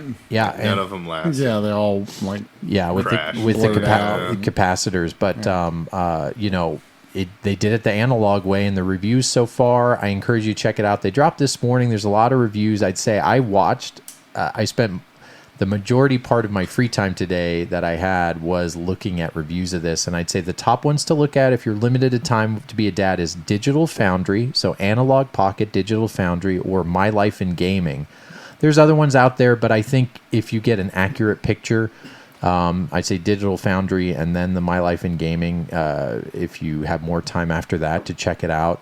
Being able to play the original Game Boy and also all the accuracy they create, I'll just skip to check out that review to check out more about it, but I am so stoked to play this, and my wonderful handheld Hala games that I have that I've been talking about, being able to play these things in the best version possible, I'm super stoked. Yeah, I'm pretty excited about it too, although I'm going to have to wait another year or two. Yeah, but you know, you can borrow mine. You've let me borrow your handhelds here and there. Like you let me borrow your 3DS, which just made me like to, which actually helped me know I needed to get the new 3DS because I was getting a headache with the first version 3DS. I thought it was cool, but I couldn't handle it. But when they did the eye tracking one, I was like, perfect. So if those of you don't know, those of you who don't know, if you're the 3DS, you should know this. A couple of our listeners kind of don't get in the minutia with us. The new 3DS has the eye tracking compared to it's the one with the little nubbin at the, at the side. You're look right. for the nubbin. Look for the third nipple.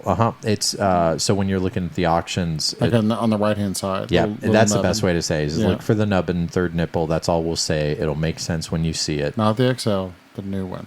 Yeah, the new 3DS. Yeah, it has to say new with worst name. I know it is. It's terrible. But they have they have a new thing because that's what Apple did with iPad. They're like, oh, it's the new. But iPad. they have a new 3DS XL. Don't forget. Oh yeah, yes. So like you can't. That's just the one say you XL. want. Is the new 3DS XL. Which hey, if this helps you even more, if you see a Galaxy or if you see one that's SNES printed, like they've got a special edition SNES and a Galaxy. They've got others, but the Galaxy and the SNES are definitely the type you want.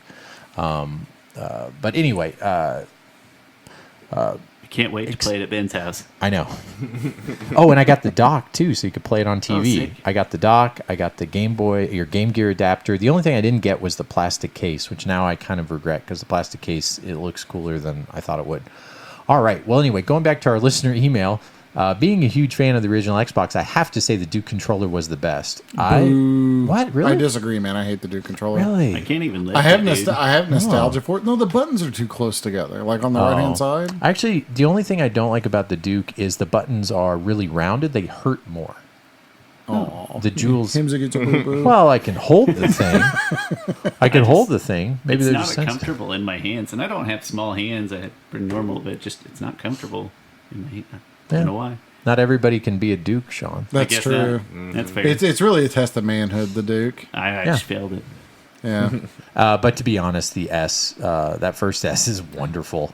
I'm just, if you ever become homeless, you and your family can just live inside the Duke. That's true. You need a weapon. Yeah, you could be. Or if you need a weapon. Yeah, warmed by its innards. Yeah. When I got the Xbox, it was time when I was believing I was... Wait, this is a funny sentence. When I got the Xbox, it was at a time when I was believing that I was an adult. So a chunky controller for manly men was ideal. I like how it cemented the fact this console wasn't for ladies or kids, only the most hairiest of lumberjacks. I like this guy. Now, obviously, I prefer something normal, but it is at the time it was the one for me. Okay, so look at him; he's doing that too. Oh yeah, man! It's like when you shaved before you had hair on your face. You can only play with the Duke while you're wearing an Affliction T-shirt. Yeah. Oh god. Oh no!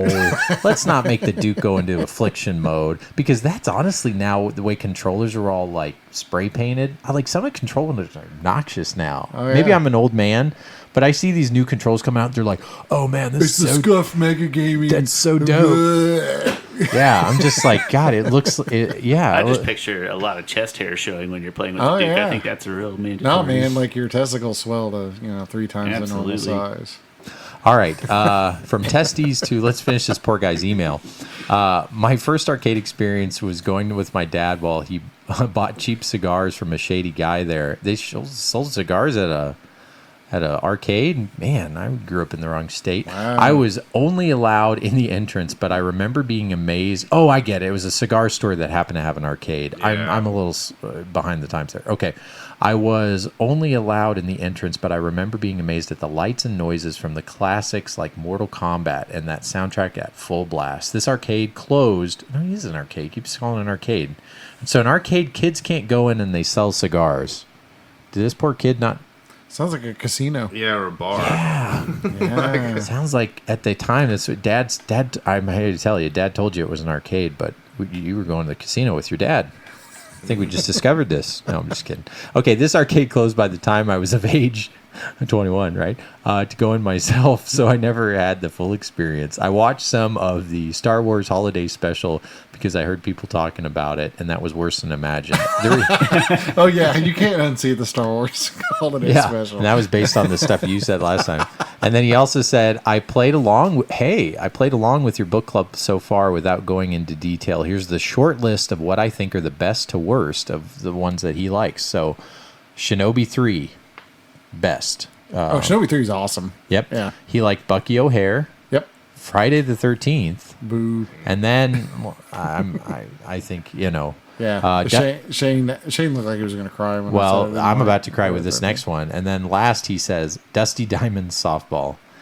He says, sorry it's long-winded, wanted to keep up with all the good work. Really like the natural feel to everything you do, especially listening suggestions and emails. It reminds me of a 90s Saturday morning TV show. Well, thanks. I think we'd get canceled, but that's a nice sentiment you just told us. Hopefully I'll catch up on the episode soon and get an even longer playlist. I bet you will start getting caught up. We're doing these slow just for you, Jay. Thanks so much. Sorry you didn't like Dusty Diamonds. As I usually say, nobody's perfect. So, all right. If he thought it was an arcade because all the machines had Konami on the side of them. No, maybe. All right. There were Ben's pachinko machines. Right. All right. Next one from Steve. We all know our backlog of how our games goes. He bought Kingdoms of Amalur Reckoning when it first came out. Oh, yeah. Then you get busy. Other games came out. Oh, my gosh. Someone got excited over there. I know. Sean has something to say about that game. When you get busy and other games come out, and then you keep getting pushed back farther and farther, eventually it just falls off your radar. That's what happened here. However, with the re-release of Re-Reckoning, it sparked an interest for me to pull out the old 360 version and open it. There was a card for DLC, and it still worked. So heads up, guys. Head to your local eBay and check out pictures to try to steal some DLC. No. That's not what I meant to say. Sorry. Dang it. I sometimes, when that bad part of you comes out, get away, little devil on my shoulder. Don't do that. He loaded in the Xbox One and got the expansions each for $5 each. The combat is repetitive, but the story is great. The reason I'm writing this is to say the game is just gorgeous. It is very good. It's kind of like a game that looks like it has HDR before HDR.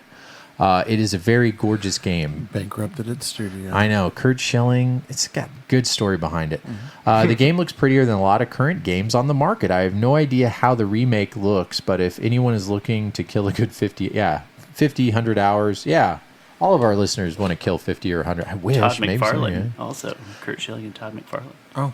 Yep. Kurt Schilling, Todd McFarlane, and the state of Connecticut or something. All weird. Made that game. It's only $10-15 on eBay for the old one. Satan. Yep. What do you? And then he says he has the gall to say, "What do your backlogs look like?" Oh my god, that's like telling me what's your to-do list look like? Yeah, exactly. Around 1,000. How large is the universe? How deep is the ocean? You know what though? I will say this, Steve, because myself and a few of us here have been selling games at video game conventions. We're going to get to that segment next, folks. My backlog has gotten lower because I've gotten rid of games I know I'll never play. So there's a plus there. He said, let's see. Simpler times. Anyway, but thank you so much for that email. And Kingdoms of Amalur Re-Reckoning, you felt like you wanted to say something real quick, Sean? Yeah, it doesn't update a whole lot from the original experience, but it's still a really good game because it was a really good game. What was the name of the studio? Big, massive, Giant Games or something? Yeah. It was Giant Games, wasn't it? Giant Games sounds close. Massive Giant, or 38 Studios, because it was named after him. The Schilling Studios. Yeah. Whatever. I thought it was, because I just can't remember. I just remember thinking it was sad because, literally when they were writing the reviews for the game, the studio was closing up. Yeah, very shortly after. And like I said, the new one doesn't update a ton. Don't go in with, massive remaster expectations. But if you like the original, you'll like this one. Yep. And then, man, we got so many. I'm not going to read that one, but we got a lot of people trying to send us their indie titles and stuff like that. We probably can't have time to play those games. That's the only reason we're not doing it. Let's see. Here is obviously emails from doing Retropalooza. We'll talk about that. So we can move on, I'm going to reply to email from just about everybody else that we haven't talked to yet. There's our partners from Manscaped. No, thank you. Sorry. Not going to do it. We're not going to do that If too. I shave my chest hair, I can't use the Duke. Why would I do that? Yep. Yeah. This is all true. So anyway, we're gonna just so that way we can move along and be able to get through the rest of our segments. I won't read listener emails. Please go ahead and send them again. We will reply videogamedads@yahoo.com. Thank you for a lot of those emails, and the rest of them I'll reply to you personally. But yeah, thanks so much. Sorry for the big flub, but that's how things go. So I think let's get ready. Moving on.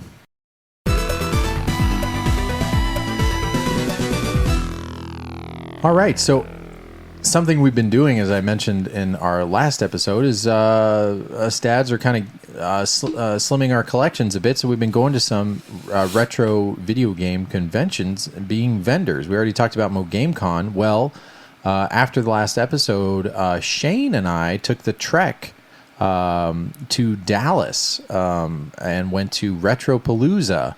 I know, Adam, you were trying to make it, but you had to work. Worky work. And so Shane and I kind of got together and we ran the numbers, and you know, even the drive down, the hotel, the number of booths, which I'll talk about that's kind of embarrassing, but I'll tell the story because it's a podcast, and you know me, I'll tell you guys, and maybe you'll learn from it. Honestly, you guys, I'll put the guys out that I'm taking one from the team about an embarrassing thing that I did.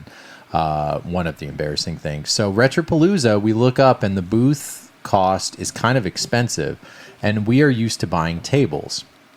So you guys already know the story, but basically we needed to get the maximum amount of tables, and I confused tables and booths together. I didn't realize if you bought a booth, they kept saying it comes with one 8x10 table. So I just thought, well, they're calling booth space a table. So I bought 4 of those suckers. They were kind of expensive, not knowing that like what you do is you bring your own tables, which isn't a thing that I've done in previous, you know, ignorance is bliss. I can, in all the conventions that we've been to, even Super BitCon, when we are a vendor and we're filling things out, we're purchasing tables, and the tables were more expensive, but I thought that was because, you know, this is one of the bigger cons. This is kind of the Game Chasers, I think, and some other people are the ones that kind of own it and operate it. They've got a couple different Retropaloozas. There's one in Houston, but this one was in Dallas. And so even though it was kind of it was expensive. So anyway, Shane and I, we drive down there together. We're in his car, which also is awesome. He has a Ford Transit. Yeah, like a van kind of thing. Dude, yeah. the Ford Transit's cool because it looks like it's just a third row kind of. It's one of those things that your plumber shows up in, but they have it in the car seat configuration. So it's a 3-row, you know, basically it is kind of like a van. But what's cool is like it must not be very safe in crash tests because it's very thin, but it's tall. It has 100 square feet of space, and a lot of times SUVs, the best you can get is like 80. And so this little thing had 100 square feet, and he has the XLT. So if you're looking, anyway, you know how cars, some people aren't car people. If you're looking for the most space bang for your buck, Ford Transit XLT, that thing held so much. It held all our stuff, and Shane brought a lot. I brought a lot. But can it really hold all your shame? Oh, the shame. Yeah. I guess. Sorry, Shane. Yeah. I don't know. It was a lot of fun. We drove down there in one day. We kind of traded off. He drove most of the way down. I drove most of the way back. And we drove back after the con. It's a 2-day con. We show up there. I got 4 booths. I thought just tables. And it turns out that you can fit 4 tables in one booth. So we had way too much space. And we both looked at each other like, oh my gosh, we did a mistake. Like, just for perspective, I'd say 80-90% of people just had one booth. Like, there's a store that had like 2 booths, so we had the most. But we luckily brought a lot of inventory. We were able to fill 3 of them, and so we couldn't fill the last one. We just had not enough stuff. Like if you think of a row, we had a whole corner of a row. Or half of a row, basically, to ourselves. So I then, of course, call Adam. Like, Adam, hey, you want to come down here for free just to make us not look bad and bring some stuff? So one of the booths we just gave up and chalk it up to, you know, beginner's luck. Well, it worked out well because one of the organizers, bless her heart, I don't know her name, she came in, and while we're getting set up, she noticed we weren't doing anything with our booth, and we took down like the dividers between each booth because, you know, they're normally a divide per whatever, but since we had all three, she showed us what we had. We left the last booth, and she came up to us, and she was like, "Are you going to use it?" And I instantly like felt like we had our pants down. I'm like, no, but like, you know, we thought she was going to be upset because the space is open and nothing's there. We were going to offer it to the two booths over, had like, they only bought one booth and they had all these paintings. We were going to offer it to them for free. And she said, well, why don't I do you one better? I made a mistake and I oversold our booths, and I need to give this to someone. I'll just give you your money back on the booth. So that was awesome. So it all worked out. We got our money back, all the money back on that booth, which was like $300. Again, it was my ignorance thinking it was $300 a table, but I thought you got to pay to play at the big shows. We're used to $100, $150 a table. So we got that money back and we rocked and rolled. So Shane has so much stuff. He brought a lot out, and he rocked it there. We got to meet a lot of cool people, sold a lot of stuff, and something I brought for the first time that might surprise some listeners, I went ahead and did, was I brought out my Sega Dreamcast collection. Part of my decision was I looked at my games. I have the full set, longtime listeners know, and when I started to say I was selling it, a lot of people were checking in, making sure I was okay, and it was honestly just a move where I kept the top 30 games, and I sold the rest of them, and even though I know I'm kind of thought of as the Dreamcast guy of the group, I still love the Dreamcast, but there's honestly, guys, a ton of games I don't ever play. So I thought with the prices that they are now and the condition they're in and the fact that they've been sitting on my shelf for so long, they just needed to go to somebody else. And it was nice because I finally had something that was pretty impressive to a lot of people. Because I don't know about you guys, like, you know, Adam's got some really cool like Saturn shooters and stuff. Like, you know, it's kind of like the lemonade stand or popularity contest. I've never been the popular one at the cons that we go to, as far as like where people get super excited. I think my stuff is kitschy and unique and different. And then Shane's has always been really good too, because Shane just killed it at the Missouri Game Con because he brought a lot of his like boxed like Genesis and really rare stuff. You know, I've always kind of brought my, like, you know, I like the weird stuff, which only like weird people appreciate, and they come up and like, oh, I haven't seen that before. But the Dreamcast, I had so many people come up and say, I've never seen so much Dreamcast in my life. And so I brought tubs of, it was like 220, and thank you, Adam gave me these sleeves to put them in, and I priced them all very very well, I thought. And yeah, because I sold about 120 of them at that con, and a lot of people came up, and just, it was so fun. It was not sad at all to get rid of these games, because a lot of people came up and were like, oh my gosh, I've been looking for this game everywhere, or like, you're the only one that has any, or you know, I think the next closest vendor had maybe 20 titles for Dreamcast, and that's what you normally see. So it was really cool to kind of be impressive for once. So sold a lot of Dreamcast games, our normal wares, and Shane killed it too. Shane even, I think I could say this, I asked him, he got an offer for his whole lot. Something you guys kind of like to know behind the scenes stuff as a vendor. And shout out to another guy, Shane, not Shane of the podcast, but yeah, he was a listener that kind of came all the way to Dallas after we announced we were going to be there, and he showed up there. He was also at the KC Game Swap, so shout out to you for coming out. Thank you so much. We saw a couple listeners there.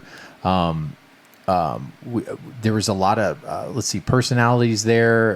Boogie.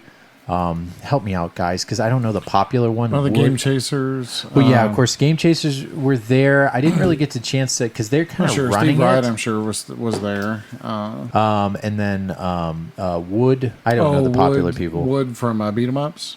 Yes, I think that's right. Yeah, he runs with the Game Chasers. Yeah. So I'm sorry. I should. It's only because I'm an old man. I don't know all these ones that are there. But you know, we went out before. We got to see Dallas, played at an arcade. And we saw, here's a couple of the people that I saw at the con that I wanted to spell out. So, Tyler Esposito of My Retro Life was there. Do you guys know the videos of this dad who kind of did this like VHS filmography of him playing games with his son? Unfortunately, the father passed away, but he took these like video chronicles of all these videos of him opening presents from his dad on Christmas usually, and he would get every single system. His name's Tyler Esposito, and he narrates them. And it's a perfect look back at like some nostalgia of you're watching this dad buy these games for his son. But anyway, it's called My Retro Life. I know you've seen this before. Yeah, it's really ringing some bells. Okay. Well, anyway, I've watched this before, so it was really fun to see him in person. Tyler was really cool, dude. He actually released an episode, and I asked him, like, how much more footage do you have? Because he's been doing this for years where he'll show, like, Halo, or he'll show Genesis, or TurboGrafx, and his dad had something to do with video games back in the day. But if you haven't seen this, I think I talked about this before, many episodes ago. Definitely check it out. It's very nostalgic and something good to watch with your kid. I didn't have a dad growing up, so I couldn't relate that way, but I could more relate to the memories I can create for my son moving forward. But anyway, Tyler was great. It was cool to see him in person. And then also Chris, he's also known as NES Complex. A lot of people have seen him on. He does those retrospectives. Yes, he does. I was a big fan of his. I told like these are the ones I geeked out on, so that's why I'm spending some time on it. I like his videos. He stopped for a while and then started doing them again. He did, yeah. A lot of them were introduced to him by those guys in California that are kind of like the California Game Chasers. My brain is killing me. I'm sorry for people who don't want. I know a lot of Pixel Squad. Yeah, That's their Pixel Game new Squad. name, Yeah. Sorry for all the people that don't listen to YouTube. I know a certain segment of us don't, but I was just. These are the ones I listened to, so it was kind of cool to see these people if you guys recognize their names.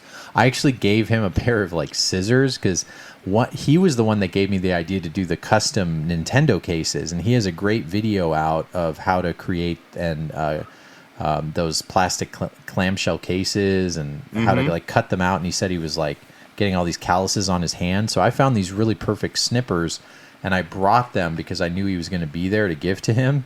And I mean, I think he's just a nice guy because he was like talking to me like crazy, and I was like, you can't get a read on like, does he think I'm a weirdo? He just met me and I'm giving him scissors, as a fan or whatever. And he has to go on a flight, and now who knows if they were taken away or they trampled him. I'm not sure. But check out NES Complex. He's got some great videos out there, and he's a day job guy. I think he's a professor or something. So he's kind of like us, where he like does as much as he can, but he doesn't have time to like upload daily or anything crazy like that. And then also another guy, he's got like 2,000 subs, but again, I've been subbed to him since the days of like Pete Dorr and Adam Koralik back in like 2006. His name is LifeSpiller79, and LifeSpiller's not like he kills, the game, like he's a headhunter, first person shooter. I think because he spills his guts because he talks a lot about like different things. He's got some issues with his like sight that he talks about with as he's getting older, he's dealing with that limits the types of games he can play. He also talks about like therapy and video games and like interesting takes on what gaming means to you as you get to be an older collector. I think he's in his 40s and he buys and sells stuff. I really like. He's got a lot of big catalog. It's kind of like how I shout out those other two recommendations last episode, where it's like he doesn't have a lot of subs, but I saw him and he just came up to the booth and he was like wanting to buy something, and I totally geeked out and said, I'm a big fan, I've commented forever. And you notice actually for only having 2,000 subs, a lot of his comments are like old school people who have been on the retro community for a while, so not everybody like breaks out into 100,000 subs or even wants to or something like that. But check out his content and look through his videos, and you might be surprised. He's a very thoughtful, like family friendly. You can watch the videos and stuff like that. Collector, but big fan of his. And then as far as what did I buy? I bought a little too much. I picked up a few things, but the biggest things I picked up, Retropalooza, I'll talk about real quick because I know it's sorry. You guys can't interact very much because I was there, you guys weren't, and Shane's not here. Shane didn't buy a whole lot. I got a a couple steelbooks for PS3 that were kind of underpriced that I couldn't help but pick up. And then also I picked up 2 7-foot Teenage Mutant Ninja Turtles. This one booth had all these this booth. I don't know how So he you brought did some it. friends home with you in the transit. Well, okay, imagine the stuff I bring to cons times 20, and a whole booth of that, of just really weird, oddly shaped, big things, kind of niche, like interesting to look at, but I'm not gonna buy that. Who knows? That's what this guy had, and he had so much stuff. And he had 2 Ninja Turtles that like had the back open. They're the ones that came out like 10 years ago. They were sold at Walmart. They were sold as like, you can put toys in the shell. You've seen, I don't know. They only made 2, I guess. They didn't make all 4 turtles. So you can only buy Donatello. I think it's Donatello and Michelangelo. I should know. I bought them.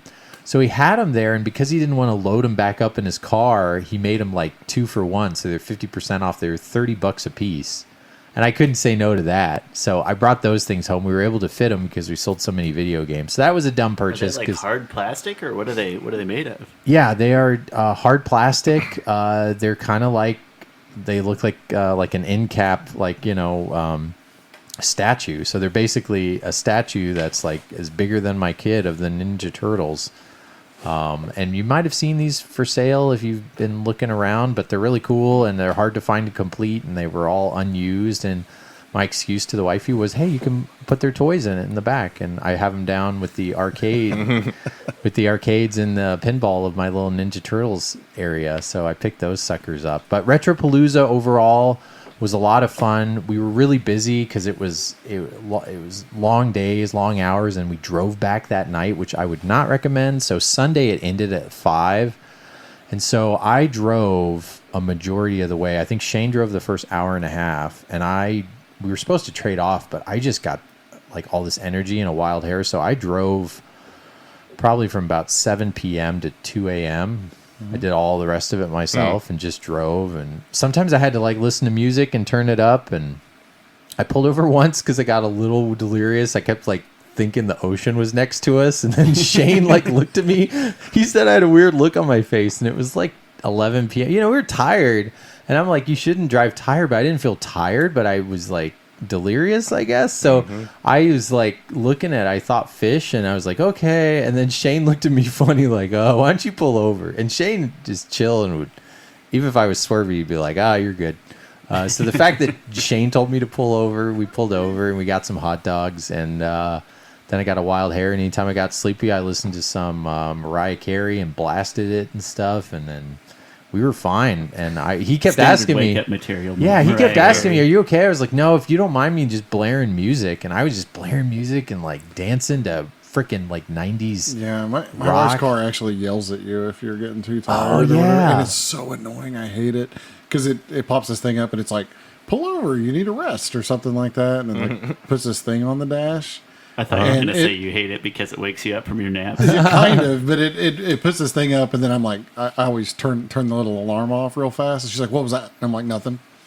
So what is it? Is it looking at your eyes? Yeah, it's like watching my eyes. Okay, because my car has that, and I haven't been tired in my car, but his car, of course, doesn't have any of that. Like I don't even know if we had a CD. I drove in all the way sucker. from Galveston, Texas, to here and back in a day, back from Galveston, Texas in a day, and it started alarming. Like we had about an hour and a half to go or whatever, and I'm like, I'm not going to stop an hour from the house, Right.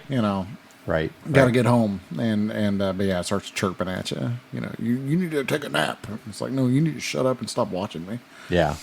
Oh man, but that was fun. That was the farthest we drove. It was fun seeing Dallas people. A lot of people showed up. A lot of people aching to spend money. A lot bigger than Mo Game Con, but nothing like, of course, a Portland Retro Gaming Expo. But definitely, if you're in the area or can swing it, Retropalooza is a great con to go to. So recommend that. So moving on to the con we just had, or should I say swap, KC Game Swap. All right.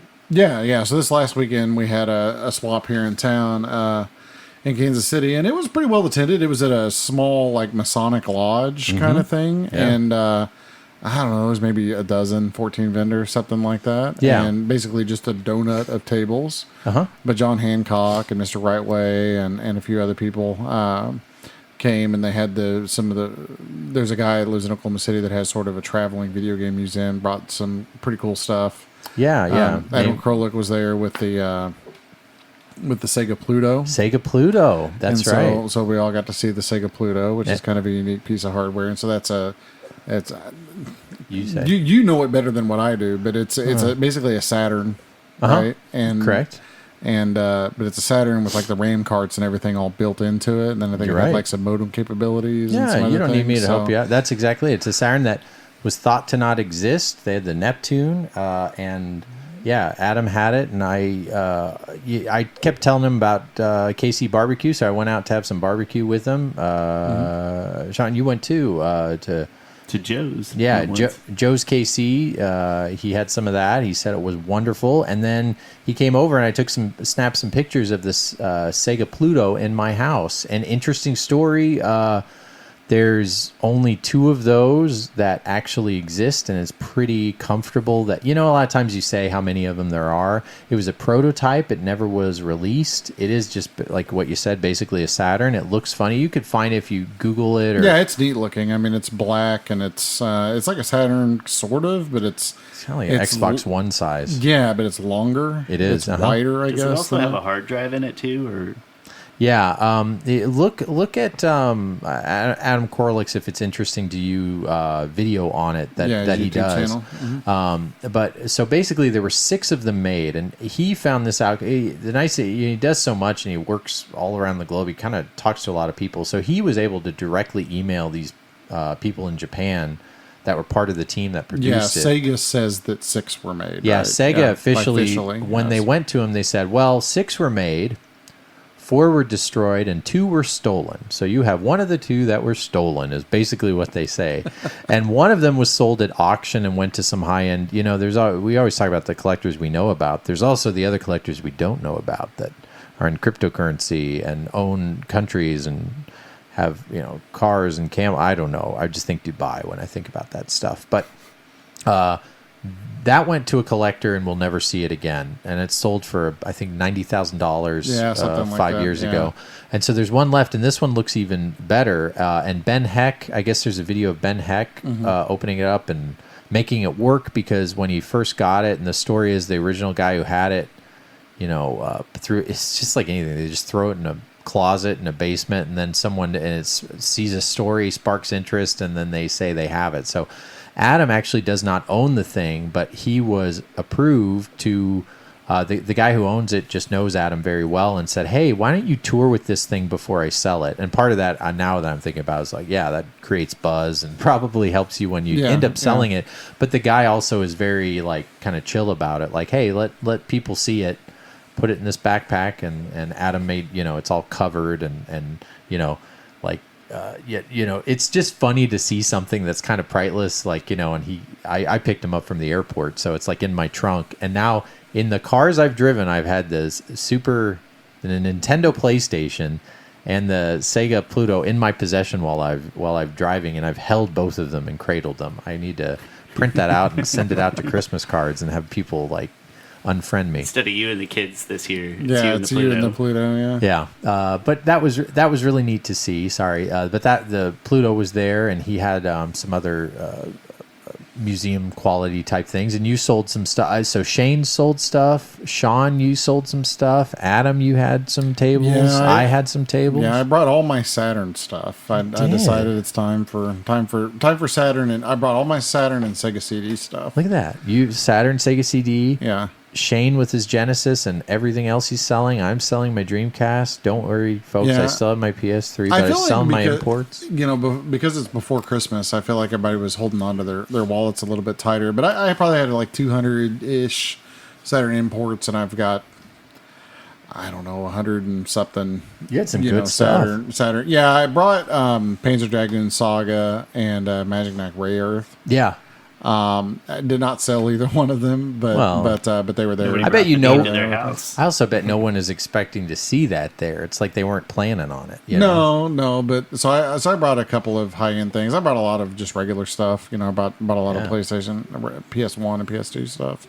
But just things that I've kind of collected over the years, mostly because it was included with other things. Yeah, and it's stuff that I guess I did collect Saturn and Sega CD specifically, but the PlayStation stuff I kind of own almost by default, and so it's time for it to kind of go to someplace else because I don't really look to collect that stuff, even though I have some of it, if that makes sense. Yeah. So I'm just trying to move some things out of the way, mostly because I don't have any space for stuff now. Not to assume, but no regrets, right? Oh no, not at all. I mean, me too. The problem is its opportunity cost, right? I mean, in some ways. So when I bought all that Saturn stuff, I bought it when Saturn was not worth nearly what it is now, and so you kind of look at it and you think, well, is it worth that to me? Would I pay the price that it's worth right now? And the answer to all that is pretty. That's much what no. vegans think about before they eat that meat. So I, it's Suffering. And I didn't bring everything. I held back a few Saturn games. Like I didn't take Saturn Bomberman, for instance, because it's one of my babies.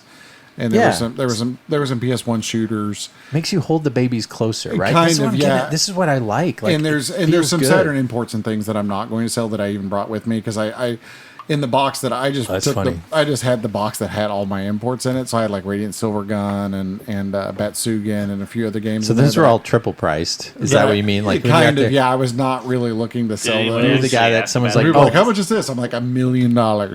But I would have sold Saga had somebody been willing to pay for it. Tell me this because I don't know the price, and I know you'd be accurate. What is the price of Saga now? Well, if you look at like eBay sold listings and that kind of stuff, it'll go anywhere from like $900 up to about $1,500. I figured, yeah. Now the copy that I have is.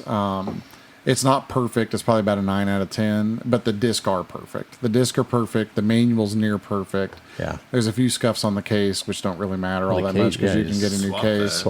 But if it was, I mean, eBay would probably go for $1,200 or $1,300, maybe 14.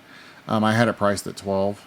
And I negotiate pretty well on most things, but some of that higher end stuff I don't negotiate quite as much, just partially because it brings people to your table.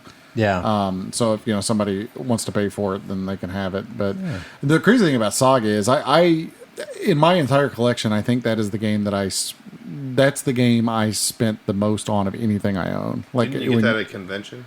No, I got it from a guy in a Facebook group a few years back, and I think I spent like $450 on it or something like that. And I remember like having a cow when I bought it. Yeah. Because I was buying it even undervalued at the time, because at the time it was going for like $600 or $700 or something like that, and I'm like, I felt really guilty when I bought it.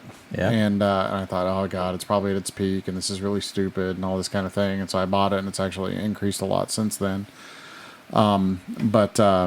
But yeah, that game is the game that the single game I have spent the most money on of anything I have is that game. Yeah. So but it's worth substantially more now than it was then. I'm just, while you were talking, I was thinking of some of the things I sold. So I brought some things that I haven't ever brought before because it was so nice to have a swap so close. It's the first time we've had one in KC, and because of that, and shout out to all the other vendors that were there and all the people that came out, and of course organized. Nate was there, and then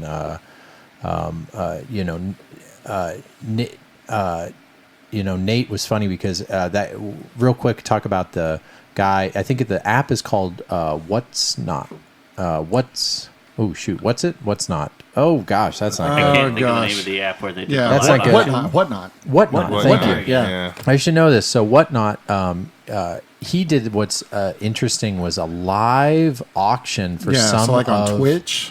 Yeah. Yeah, he was live streaming on Twitch, doing auctions on Twitch at the con. But I thought it was through the app. It was through some app. I think that's his app to facilitate the purchasing, right? Yes. Yeah. So Whatnot, it's very interesting. So he says you can kind of live stream, and then collectors selling directly to collectors, kind of like a what are those Facebook ones called where you do the fire sales or claim sales? Yeah, claim like sales. Claim sale so it's almost kind of like a quick claim sale. And what was nice is he said, hey, can we do this live at your table? But, they're going to come up and ask questions and look at your stuff. And, he warned us ahead of time. And I'm like, well, we do the podcast, so we're not going to we're okay with it. And if they buy anything, and this is why I'm getting this, because some tables and booths bought stuff and some didn't, and with my stuff, and I've had already my Dreamcast not picked pretty clean, but out of all the heavy hitters I have left, I've sold maybe 2/3 of the heavy hitters. So There's 2 games people were kind of looking at, but no one wanted them, so I didn't make any sales, and I think he sold a total of 7 things at the auction. He could only pick small things.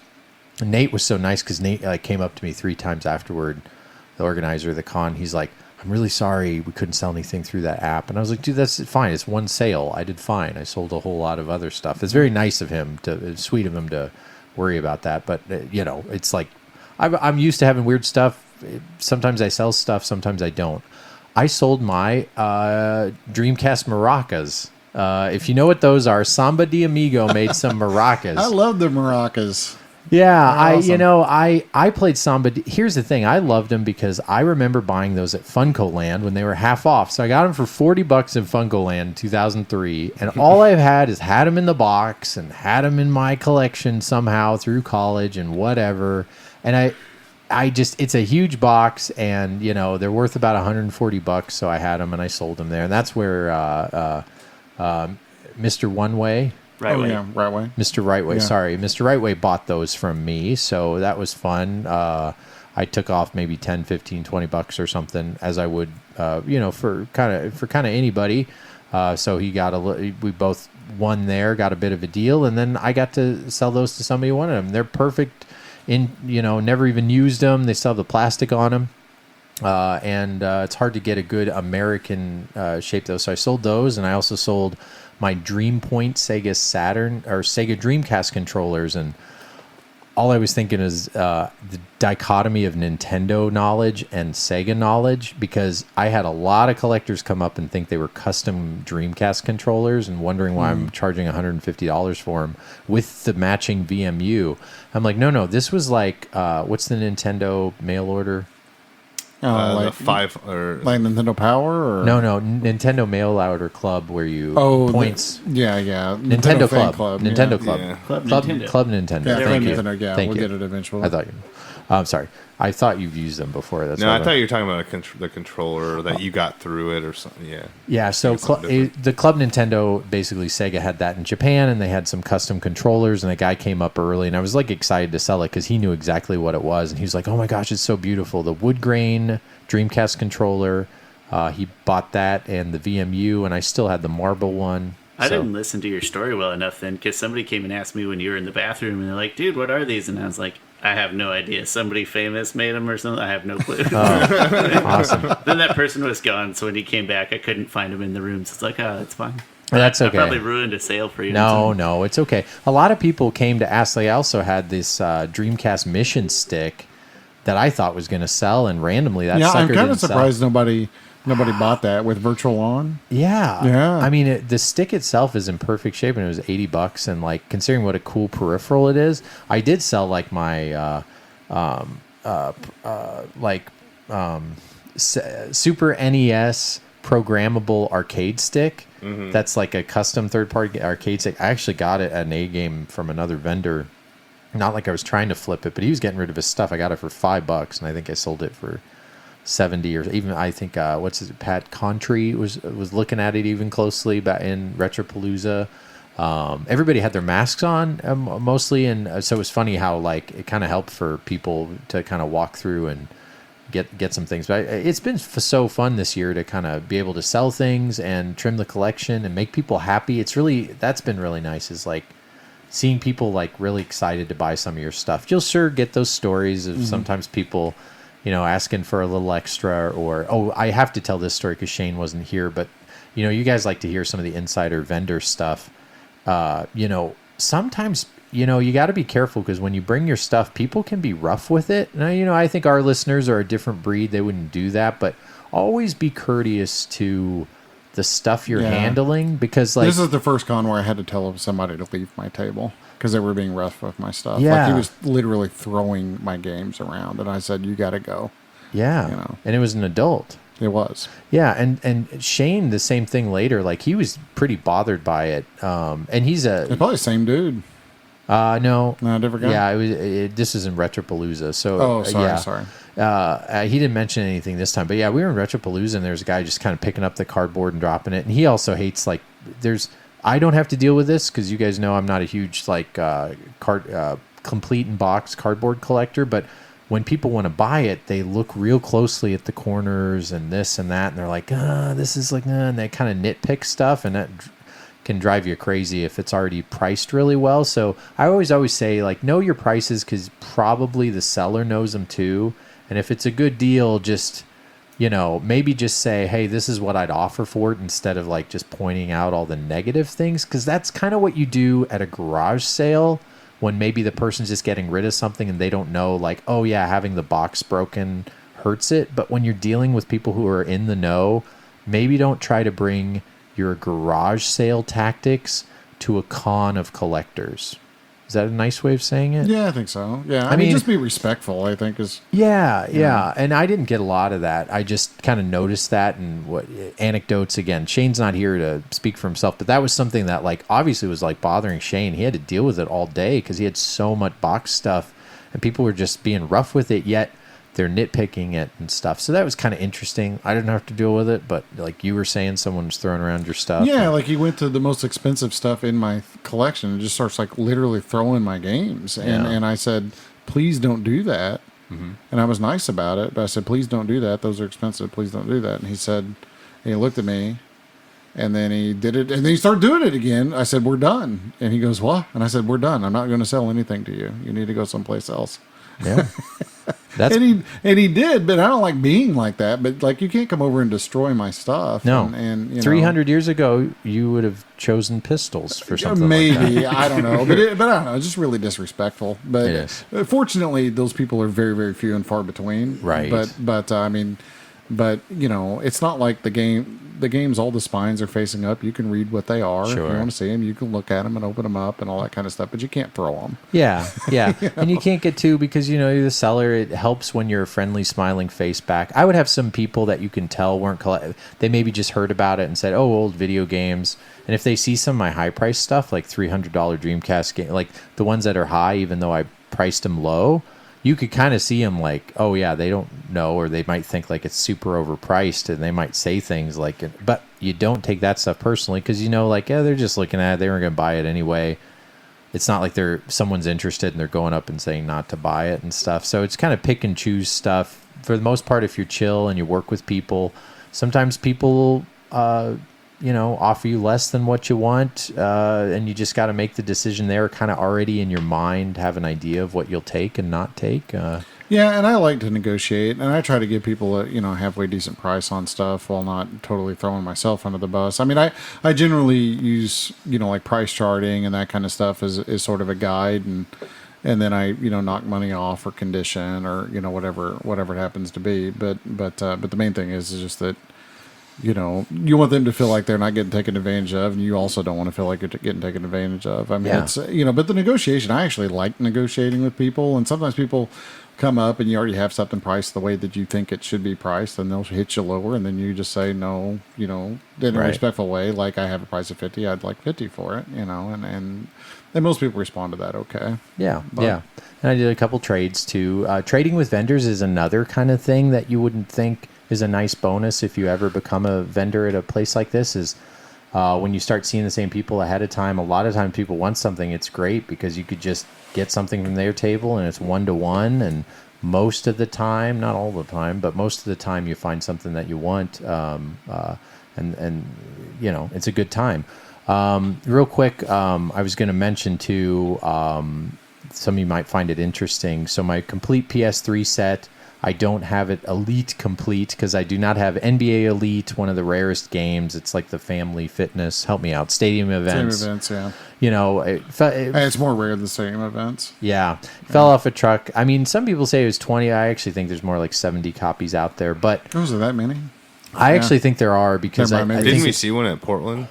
We saw one in Portland. Yeah, I've seen one a few times. I don't get... Yeah, I saw one in Portland. For being a big PS3 collector, I don't get super hung up on it, because I know, especially now, I would never pay near asking, or even, thousands of dollars.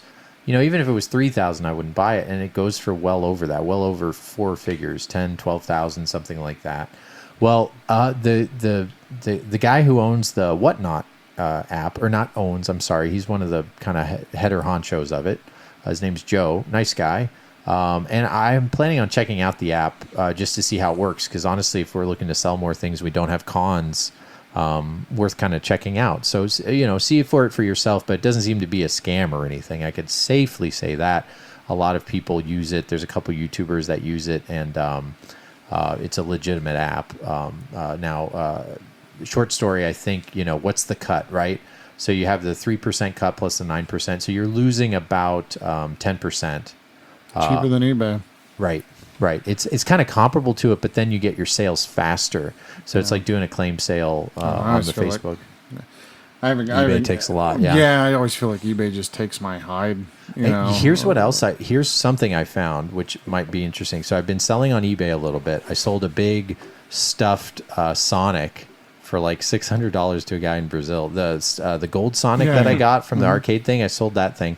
But what I found was if you sell in video games, I've sold a few video games.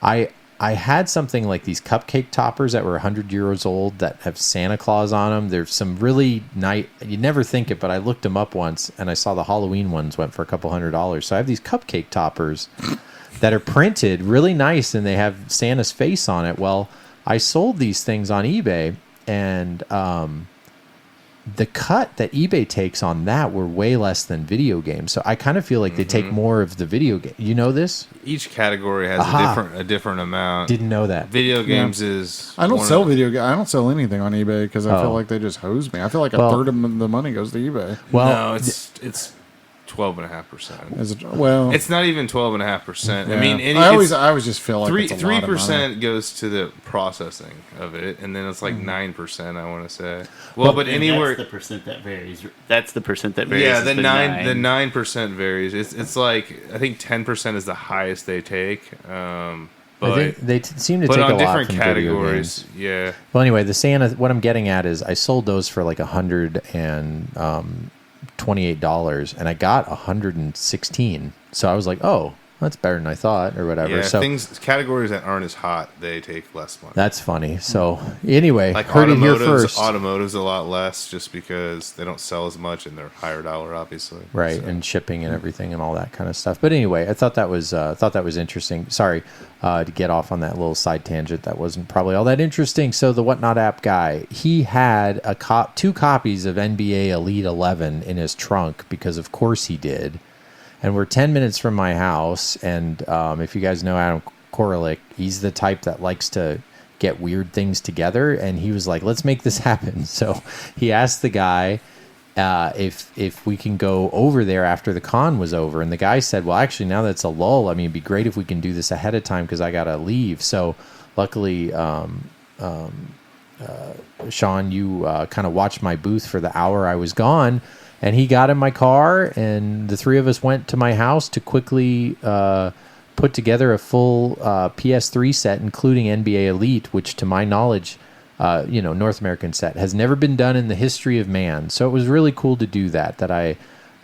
We made it so I officially owned it for the minute that it was on my wall for free. And then, of course, as a gentleman, I gave it back. It's kind of like when you take a penalty and then you give it back on X or something that they do when people retire. I don't know.